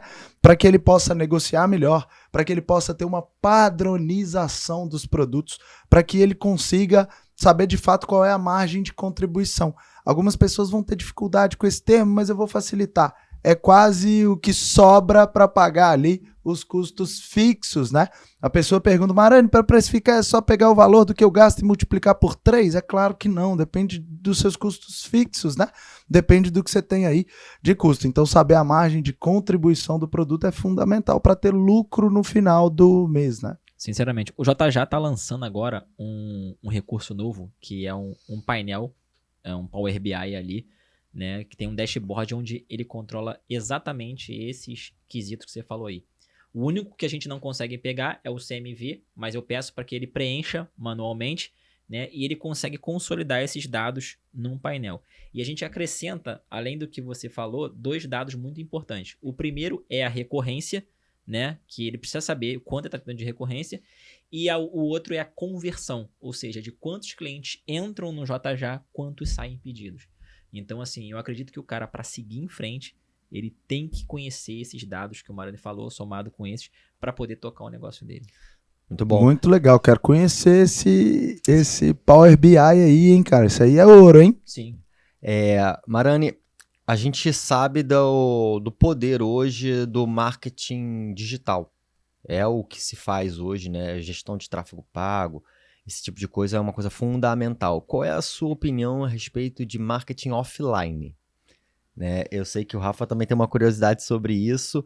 Hoje, investir em papelaria, em outdoor, buzzdoor, você acha que isso tem que ter um espaço dentro do orçamento ou não é relevante? Antes do Marani responder, deixa eu só contar uma curiosidade que eu já contei no outro, mas eu vou contar pro Marani aqui. Marani, você sabe qual foi o canal que mais vendeu o Summit? Tanto a parte de stand quanto a parte de ingresso? Não, me conta aí. Rádio. E eu não imaginaria que a rádio seria. Tanto é que minha equipe quis fazer, eu fui contra. Que eu falei, cara, eu não vou ser segmentado na rádio. A rádio fala pra todo mundo, não fala só pra dono de restaurante. Enfim, então eu subestimei, mas a minha equipe insistiu tanto que eu comprei a ideia, né? E como era, ainda mais que era permuta, eu autorizei fazer, né? E aí, quando saiu o anúncio na rádio, comecei a receber ligação. Não, porque eu vi na rádio e quero fechar um stand. Não, porque eu vi na rádio e queria comprar um conjunto de ingressos. Eu falei, opa. E olha que a rádio que eu fechei não era rádio com maior audiência. E aí eu fui pro Google, busquei qual era as rádios que tinham maior audiência e vi lá as duas com maior audiência e investi grana forte nessas duas rádios. E isso fez alavancar principalmente a venda de estandes e de ingresso. Então, assim, eu jamais esperaria isso. Mas pode responder. Só para contar essa curiosidade aí do Summit, que eu não imaginava que a rádio seria um bom que a mídia tradicional traria esse resultado, né? Sim. Que legal. Bom, então, não vou falar de achômetro aqui não, tá? Se vocês forem perguntar, Marani, quais mídias dessas você já usou no seu restaurante? Eu já usei de forma absurda todas essas que vocês trouxeram, né? Por muito tempo, eu fui um grande comprador de panfletos, um grande comprador de outdoor, inclusive o Fernando, lá da minha cidade, se tornou um amigo de tanto outdoor que eu comprava, e propaganda em rádio, todas essas mídias eu já fiz muitas e muitas vezes, e essas mídias me ajudaram muito. Me ajudaram muito em um passado. Hoje eu não invisto nessas mídias mais, eu tenho uma crítica muito forte a esse tipo de investimento, que eu acredito fortemente que quem tem caixa para fazer isso, como o próprio rádio que o Rafa falou, funciona. Eu tenho clientes lá no DDR Master também que fazem Rádio Itatiaia de Belo Horizonte, que é uma das mais escutadas, uma das maiores audiências de Belo Horizonte. Sim, tem resultado. Mas o que eu vejo é que, na maioria das vezes, o empresário que investe em panfleto, eu quando faço meus treinamentos gratuitos, quase sempre eu queimo um panfleto no treinamento e falo, queime todos os seus panfletos. E isso é uma forma mais radical, uma forma mais aguda, que eu tento chamar a atenção do cara para outras coisas que ele ainda não conhece, porque o Rafa sabe o que ele estava fazendo e ele contou aqui, porque eu já ia perguntar, como é que você mediu? Quantas pessoas compraram pela rádio? Porque é quase impossível conseguir medir isso. Você não tem rastreabilidade, né? A não ser que o Rafa colocasse lá, ó, quem comprar na rádio vai usar um cupom de desconto chamado rádio. Aí eu sei quantos venderam por lá, porque eu faço uma provocação forte para o empresário. Eu falo, nenhum profissional, vou repetir aqui, hein? Nenhum profissional do Brasil conseguiu me convencer até hoje que vale a pena usar panfleto nos tempos atuais. Quem quiser tentar, comenta aí, hein? Quem quiser tentar, cria então uma campanha por panfleto e coloca lá alguma forma de rastrear como um cupom de desconto, que a gente vai ver. Pela minha experiência, os últimos testes que eu fiz, a cada 1.000 panfletos que a gente faz, você faz entre 1 e 3 vendas. Pelo custo disso, a gente considera um investimento muito alto para vendas muito baixas. E o que eu ia dizer é que a maioria dos empresários não sabe o que está fazendo. Ele faz panfleto e diz, Marani, mas no meu panfleto funciona. E aí eu digo, sim, funciona. Funciona porque você acredita, você não sabe fazer outra forma de marketing, e mais do que isso, você não está medindo de onde está vindo essas vendas. Então, fazendo panfleto, você acha que você está vendendo mais, mas na verdade você não fez nenhum tipo de medição. Então, o que eu acho de difícil nas mídias convencionais e offline é justamente entender o resultado que aquilo ali trouxe de fato, né? Se a gente estiver falando de consciência, que é o awareness, a gente pode sim aumentar muito a consciência. Não é à toa que grandes marcas como McDonald's, como Coca-Cola, fazem tanto esse tipo de mídia. Mas o que eles têm de orçamento é absurdamente maior do que qualquer operador de delivery, qualquer operador de mercado de alimentação que são simples mortais, como nós somos, né? Então eu vejo que essas mídias que a gente chama de broadcast, que é quando a gente manda uma mensagem, mas não consegue receber de volta ali um feedback, uma pergunta e qualquer outra coisa, a gente entende que essas mídias funcionam sim, mas estão no final da fila pelo custo que essas mídias têm hoje em dia. Então, vai responder agora o maior entregador de panfleto do Rio de Janeiro.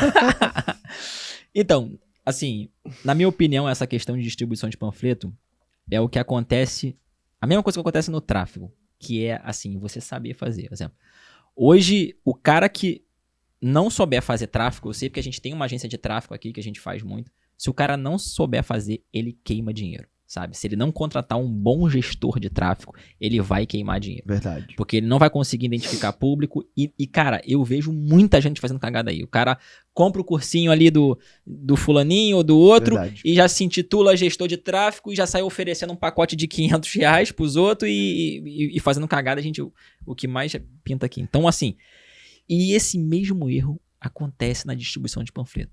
Hoje, se você fizer a distribuição de panfleto como realmente o mercado inteiro faz, você está coberto de razão. É dinheiro jogado fora, né? É porque é o seguinte, entregar o certo é ser mais caro do que produzir o panfleto. Sim. Eu aqui eu tenho uma empresa, né, que distribui panfleto, e aí assim, hoje a gente cobra para entregar um panfleto 30 centavos. A gente cobra 30 centavos.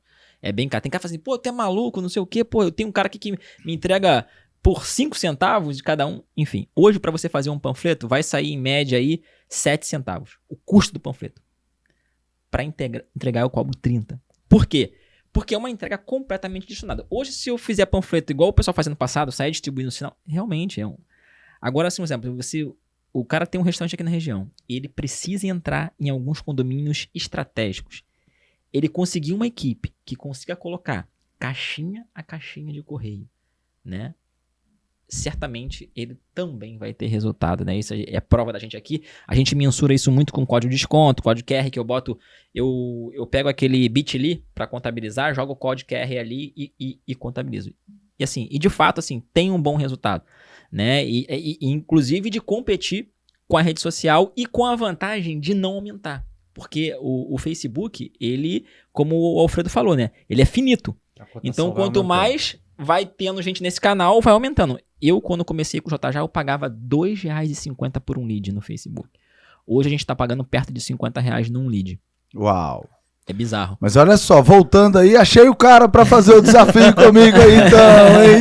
Tem que ter um programa só pra isso. Nós vamos criar então o desafio, donos de restaurantes no digital, e JJ vai me provar que o panfleto vai... Isso aí dá um bom capítulo lá no YouTube, hein, Rafa? E a gente já pega um cliente que o dono de restaurante selecione, a JJ faz a panfletagem, a gente compara o resultado e a indústria, vindo da Rio Quality, a gente patrocina as iniciativas e vê qual vai dar mais resultado. Eu acho que assim, não tem verdade, né? Tem regiões que funciona, tem região... Por exemplo, aqui no Rio de Janeiro, tem região aqui que o cara, meu irmão, o público da região não vai nem olhar pro panfleto, entendeu? Mas, cara, quando você pega aqui no Rio de Janeiro, subúrbio, Zona Norte, cara... Ainda tem se você mandar uma carta pro cliente, chega a ser uma declaração de amor hoje, porque ninguém faz mais isso. É verdade. Eu tenho uma pergunta aqui, uma curiosidade. Marcelo está em contato com muitos donos de restaurantes o tempo todo.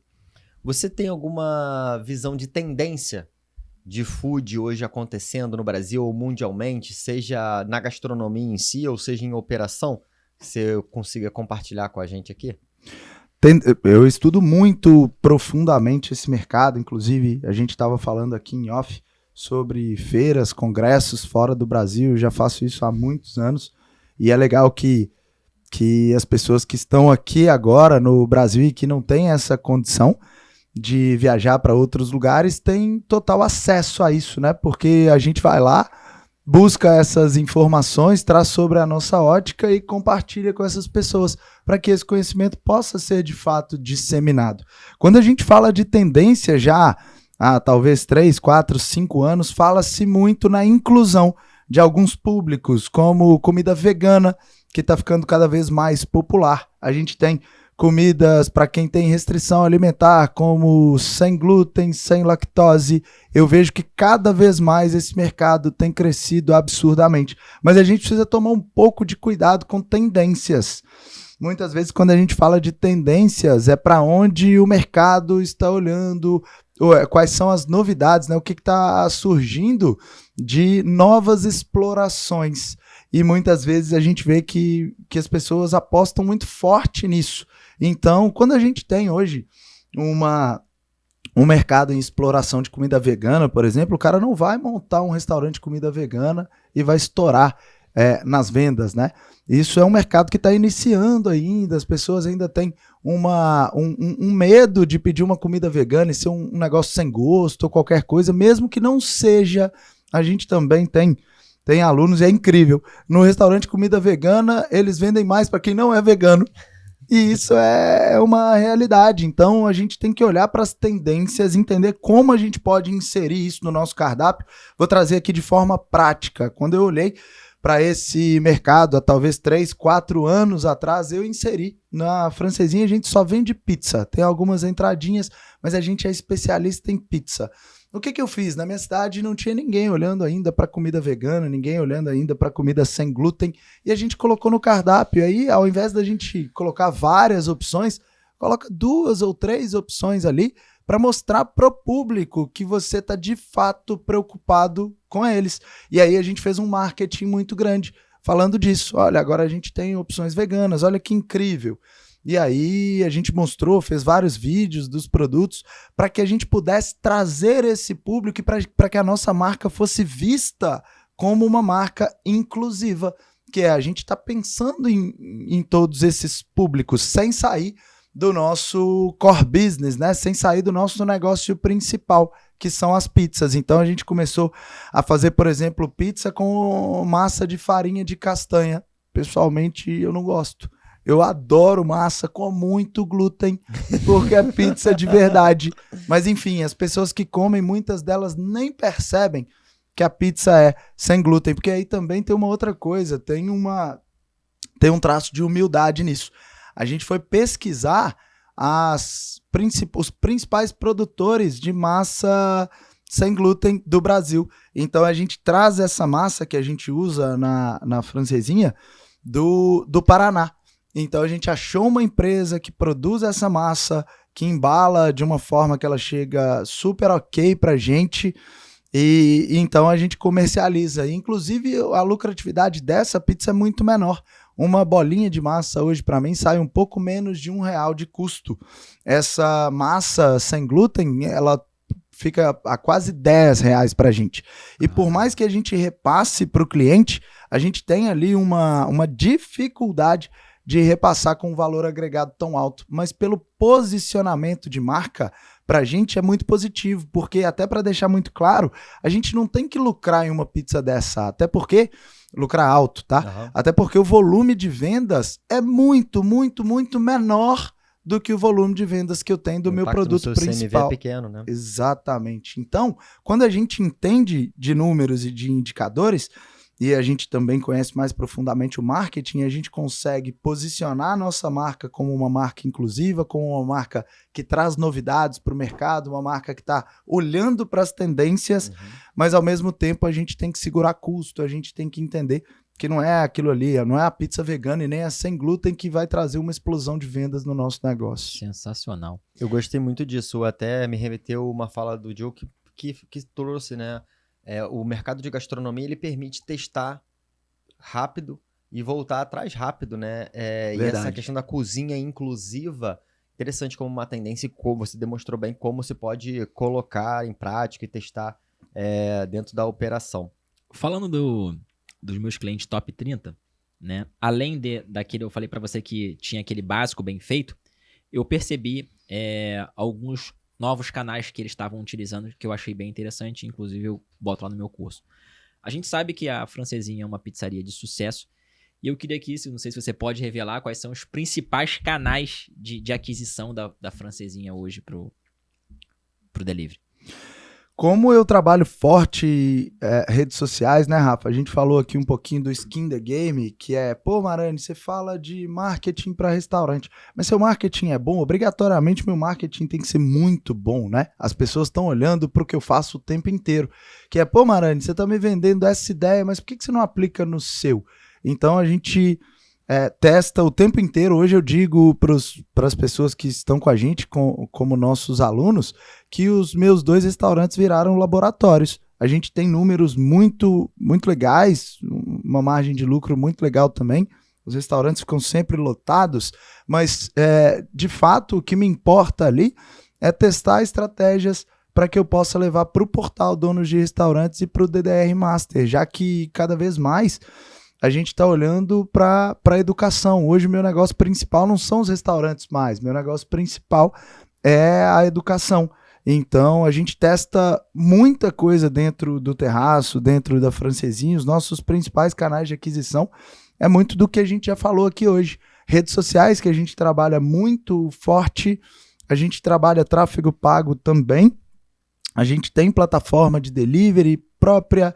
A gente trabalha muito forte também em marketplaces e muitas vezes a gente precisa tirar o pé para não estourar os 30% que eu falei de dependência dos marketplaces, e aí em algum momento você fala, Marani, mas o seu não estoura?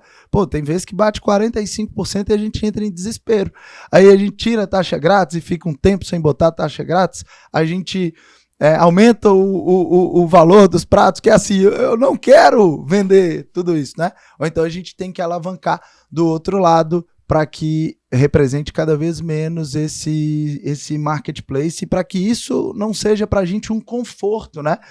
Se a gente não monitora isso muito de perto, isso acaba se tornando um conforto, que eu botei ali no marketplace, tá vendendo pra caramba e tá tudo bem. Não está tudo bem, eu preciso abaixar esse percentual, porque por mais que esteja entrando dinheiro no meu caixa, tá tornando o meu negócio cada vez mais frágil. Então, como a gente sempre olha para o longo prazo, não me importa o curto prazo. Para mim, verdadeiramente, não importa se o meu restaurante me deu 30, 40, 50 mil esse mês. O que eu olho é para o ano, o resultado anual e principalmente em relação aos últimos 3 anos. Porque a gente entende, a gente tem essa ideia muito clara. Eu faço reuniões periódicas com os meus colaboradores dos restaurantes e eu digo, se a gente não está crescendo, a gente está quebrando, a gente está diminuindo, né? Isso porque a gente tem inflação e tem outras coisas, tem concorrentes que estão chegando, então a gente tem que estar pensando no crescimento o tempo inteiro. Quem não está crescendo está quebrando. Muito legal. A gente está chegando próximo do fim. A gente podia estar com o Marcelo aqui, enfim, uma semana seguida não seria o suficiente para aprender tudo que o Marcelo tem para compartilhar. Marcelo, eu já gostaria de pedir para que você coloque aqui para todo mundo que está nos assistindo os caminhos de entrar em contato com o dono de restaurante, de ter mais acesso a conteúdo. E antes da gente fechar, eu queria explorar você mais um pouquinho no sentido mais pessoal e profissional. Eu também tenho mais uma pergunta depois da sua. Desculpa. Vamos devagarzinho, né? Hoje você é um empresário de sucesso, com uma história larga, e a gente sabe o quanto você tem de demanda para conseguir gerenciar. Eu queria que você fale. Eu acredito muito num comportamento de rotinas produtivas. E a gente sabe que todo mundo tem que criar alguns protocolos para conseguir se manter nessas rotinas produtivas. Eu tenho as minhas. Gostaria que você compartilhasse o que você faz no seu dia a dia para que você possa se manter num estado de alta performance, se manter engajado e motivado para os teus desafios aí. Um dos pilares lá do meu programa, do DDR Master, é a felicidade do dono. Felicidade do dono do restaurante importa muito e as pessoas tocam muito pouco nesse aspecto, nesse assunto. Eu tenho profissionais que me ajudam todos os dias a ser melhor do que eu sou. E aí eu passo por fisioterapia, passo por professor de squash. Squash é o esporte que eu mais gosto e que eu pratico pelo menos 4, 5 vezes por semana. Isso me ajuda muito. O jogo, que é um jogo muito pensado, me ajuda demais a trazer essas estratégias para o meu dia a dia de empresário. Eu faço um trabalho também com um psicoterapeuta já há muitos anos para trabalhar ali as minhas dificuldades, os meus desafios, o meu relacionamento com a minha família, o meu relacionamento com a minha noiva. E eu vejo que o empresário muitas vezes não faz isso e aí falta energia para o dia a dia.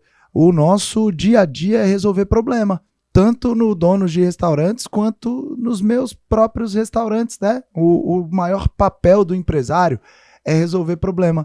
E resolver problema quando a gente não está bem de saúde, quando a gente não está se alimentando bem, quando a gente não está fazendo atividade física, quando a gente não está de fato percebendo, inclusive no bolso, que o nosso trabalho vale a pena. Eu digo, cara, você que é dono de restaurante, você tem obrigação de ganhar muito dinheiro.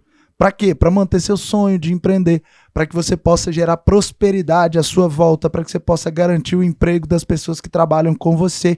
É muito triste ter que demitir o seu colaborador porque você não tem dinheiro para pagar esse cara. Então, verdadeiramente, a felicidade do dono faz muita diferença. Então, eu encaixo coisas simples como cuidar da minha horta de manhã. Eu tenho horta em casa, eu moro em uma casa muito grande, então eu tenho um cachorro que eu adoro fazer uma atividade com ele de manhã, faço minha atividade física, me alimento, tomo café da manhã todos os dias com a minha noiva, é o momento que a gente tem junto ali, almoço em casa. E quando a gente está no trabalho, é trabalhar de uma forma muito organizada, ter objetivo claro, né? Quais são as 2 ou 3 coisas no dia que eu não posso deixar de fazer, deixar de cumprir. Isso está contribuindo para o meu objetivo de 1 ano, 3 anos e 5 anos? Se não tá, eu começo a me perguntar se faz sentido eu estar realizando aquele tipo de atividade. Porque muitas vezes o empresário vai em um atacado fazer compras. Cara, será que você não podia treinar uma pessoa para fazer esse tipo de compra? Pô, você vai fazer as cotações aqui pra gente, eu vou tomar só a decisão, eu vou só aprovar o pedido de compras, né? Uhum. Então, isso é uma coisa que a gente consegue delegar para outras pessoas. Mas às vezes a gente demora muito tempo para aprender isso, né? O que é operacional, o que você pode delegar, como delegar e como trabalhar em alta performance. Mas a organização, a felicidade que você tem, a energia sendo mantida em alta, a gente tem uma probabilidade de trabalhar em muito mais alta performance do que se a gente não fizer isso. Muito bom. Marani, você é a referência em empreendedorismo para muitos donos de restaurante, né? Eu sei que você tem ciência disso e eu tive isso comprovado quando você foi na primeira edição do JJ Summit, onde as pessoas depois me deram feedback. Um falou até assim, poxa, eu fui na Disney, eu tirei foto com o Mickey, abracei o Mickey, enfim, o Mickey era ele. Enfim, então você é a principal referência de empreendedorismo para muitos restaurantes, para muitos empresários de restaurante. Quem são as referências de empreendedorismo para o Marani? É muito legal essa pergunta, Rafa. Eu, em primeiro lugar, fico muito feliz em escutar isso que você disse, mas, ao mesmo tempo, é uma coisa que eu trabalho muito com a minha equipe sobre responsabilidade. Quando as pessoas me dizem isso, pô, Marani, você é uma inspiração para mim. Isso aumenta a minha responsabilidade para entender de fato o que a gente está fazendo. Eu sempre, quando vou fazer um treinamento para mais pessoas, uma palestra, como eu fiz no JG, eu faço uma oração e peço que as minhas palavras sejam luz na vida das pessoas, porque a nossa responsabilidade é muito grande. Vejo que a gente precisa tratar a vaidade, porque isso nunca pode vir a ser vaidade para a gente, senão isso se torna fútil. O lance de ser referência para outras pessoas tem que trazer responsabilidade, tem que colocar isso isso tem que entrar na minha cabeça e de outros influenciadores, de outros treinadores, como, olha, você tem a responsabilidade de trazer informações de qualidade, de trazer um direcionamento para pessoas que de fato confiam em você. Então, eu não queria deixar de falar isso, porque em algum momento essa vaidade a gente vê que atrapalha muitas pessoas, né? Eu tenho várias referências de empreendedorismo. Simon Sinek, para mim, é um dos caras que eu mais gosto. Tive a oportunidade de conhecer o Simon presencialmente. Eu já fiz vários treinamentos fora do Brasil.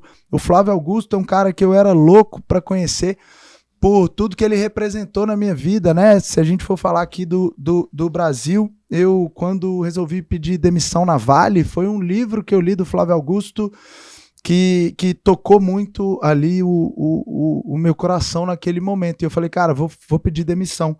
E quando o Flávio, veja isso, olha aqui como a gente, quando trabalha o merecimento, como a gente recebe muitas bênçãos, né? O Vitor Damasio, que é uma outra grande referência para mim, um grande amigo pessoal e meu mentor de negócios, me ligou e falou, Marani, eu sei que você queria conhecer o Flávio Augusto e eu vou te apresentar ele, você quer conhecer ele? Eu falei, pô, velho, lógico que sim. Ele falou, mas você vai ter que trabalhar para isso. E aí eu falei, beleza, o que eu tenho que fazer? É só você falar que eu vou fazer, cara. E ele falou, o Flávio lançou um programa lá de vender curso de inglês. Você tá afim de fazer isso? Eu falei, velho, é só você falar o que eu tenho que fazer, cara. Eu, em um mês, fiquei entre os 10 maiores vendedores do curso de inglês do Flávio Augusto 4 vezes, e o máximo que podia ser eram 4 vezes. E em uma vez eu fiquei como o maior do Brasil. Então, eu nunca tinha vendido curso de inglês, isso tem 1 ano e meio, né? Nem tem tanto tempo assim. Eu nunca tinha vendido curso de inglês, mas eu tinha o objetivo de agradecer pessoalmente ao Flávio.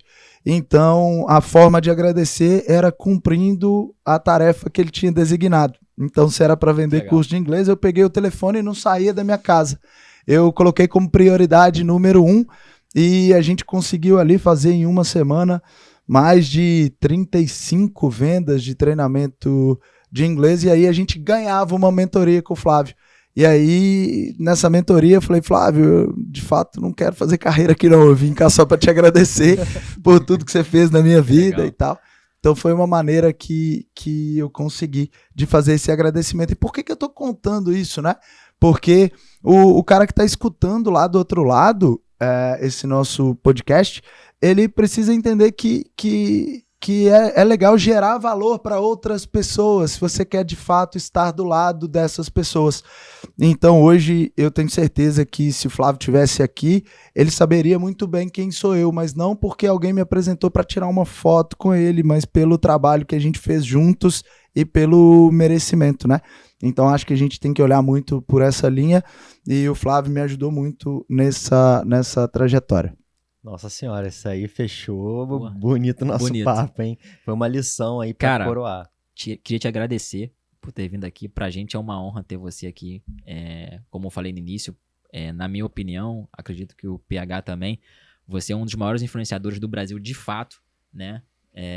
Não pelo número de redes sociais, mas de fato pelo sentimento que a gente tem quando as pessoas falam sobre você. Então, cara, parabéns pelo teu trabalho e muito obrigado por estar com a gente aqui no Pod RJ. Valeu demais. Eu queria apertar sua mão e te agradecer por tudo que você tem feito pelo nosso segmento. Valeu demais, eu que agradeço demais, curti demais esse nosso papo aqui hoje. Obrigado pela oportunidade de estar aqui batendo um papo com vocês e aprendendo demais também aqui para mim. Eu aprendi muito, vou assistir depois para que eu possa também fazer as minhas anotações e aprofundar, colocar em prática, né? As pessoas que estão do outro lado, só assistir não vai gerar resultado, assistir vai gerar ideias, vai gerar insights, mas o que vai gerar resultado é colocar o que a gente falou aqui em prática, né? Então, para quem quiser tirar qualquer dúvida, quem quiser bater um papo, @donos de restaurantes, manda lá que eu respondo 100% das perguntas. Eu e meu time, né? Às vezes não dá para responder todo mundo, mas meu time ajuda. Ninguém vai ficar sem resposta. Muito obrigado, Marcelo. Obrigado a todo mundo que assistiu o podcast. Compartilhe e não deixa de se inscrever.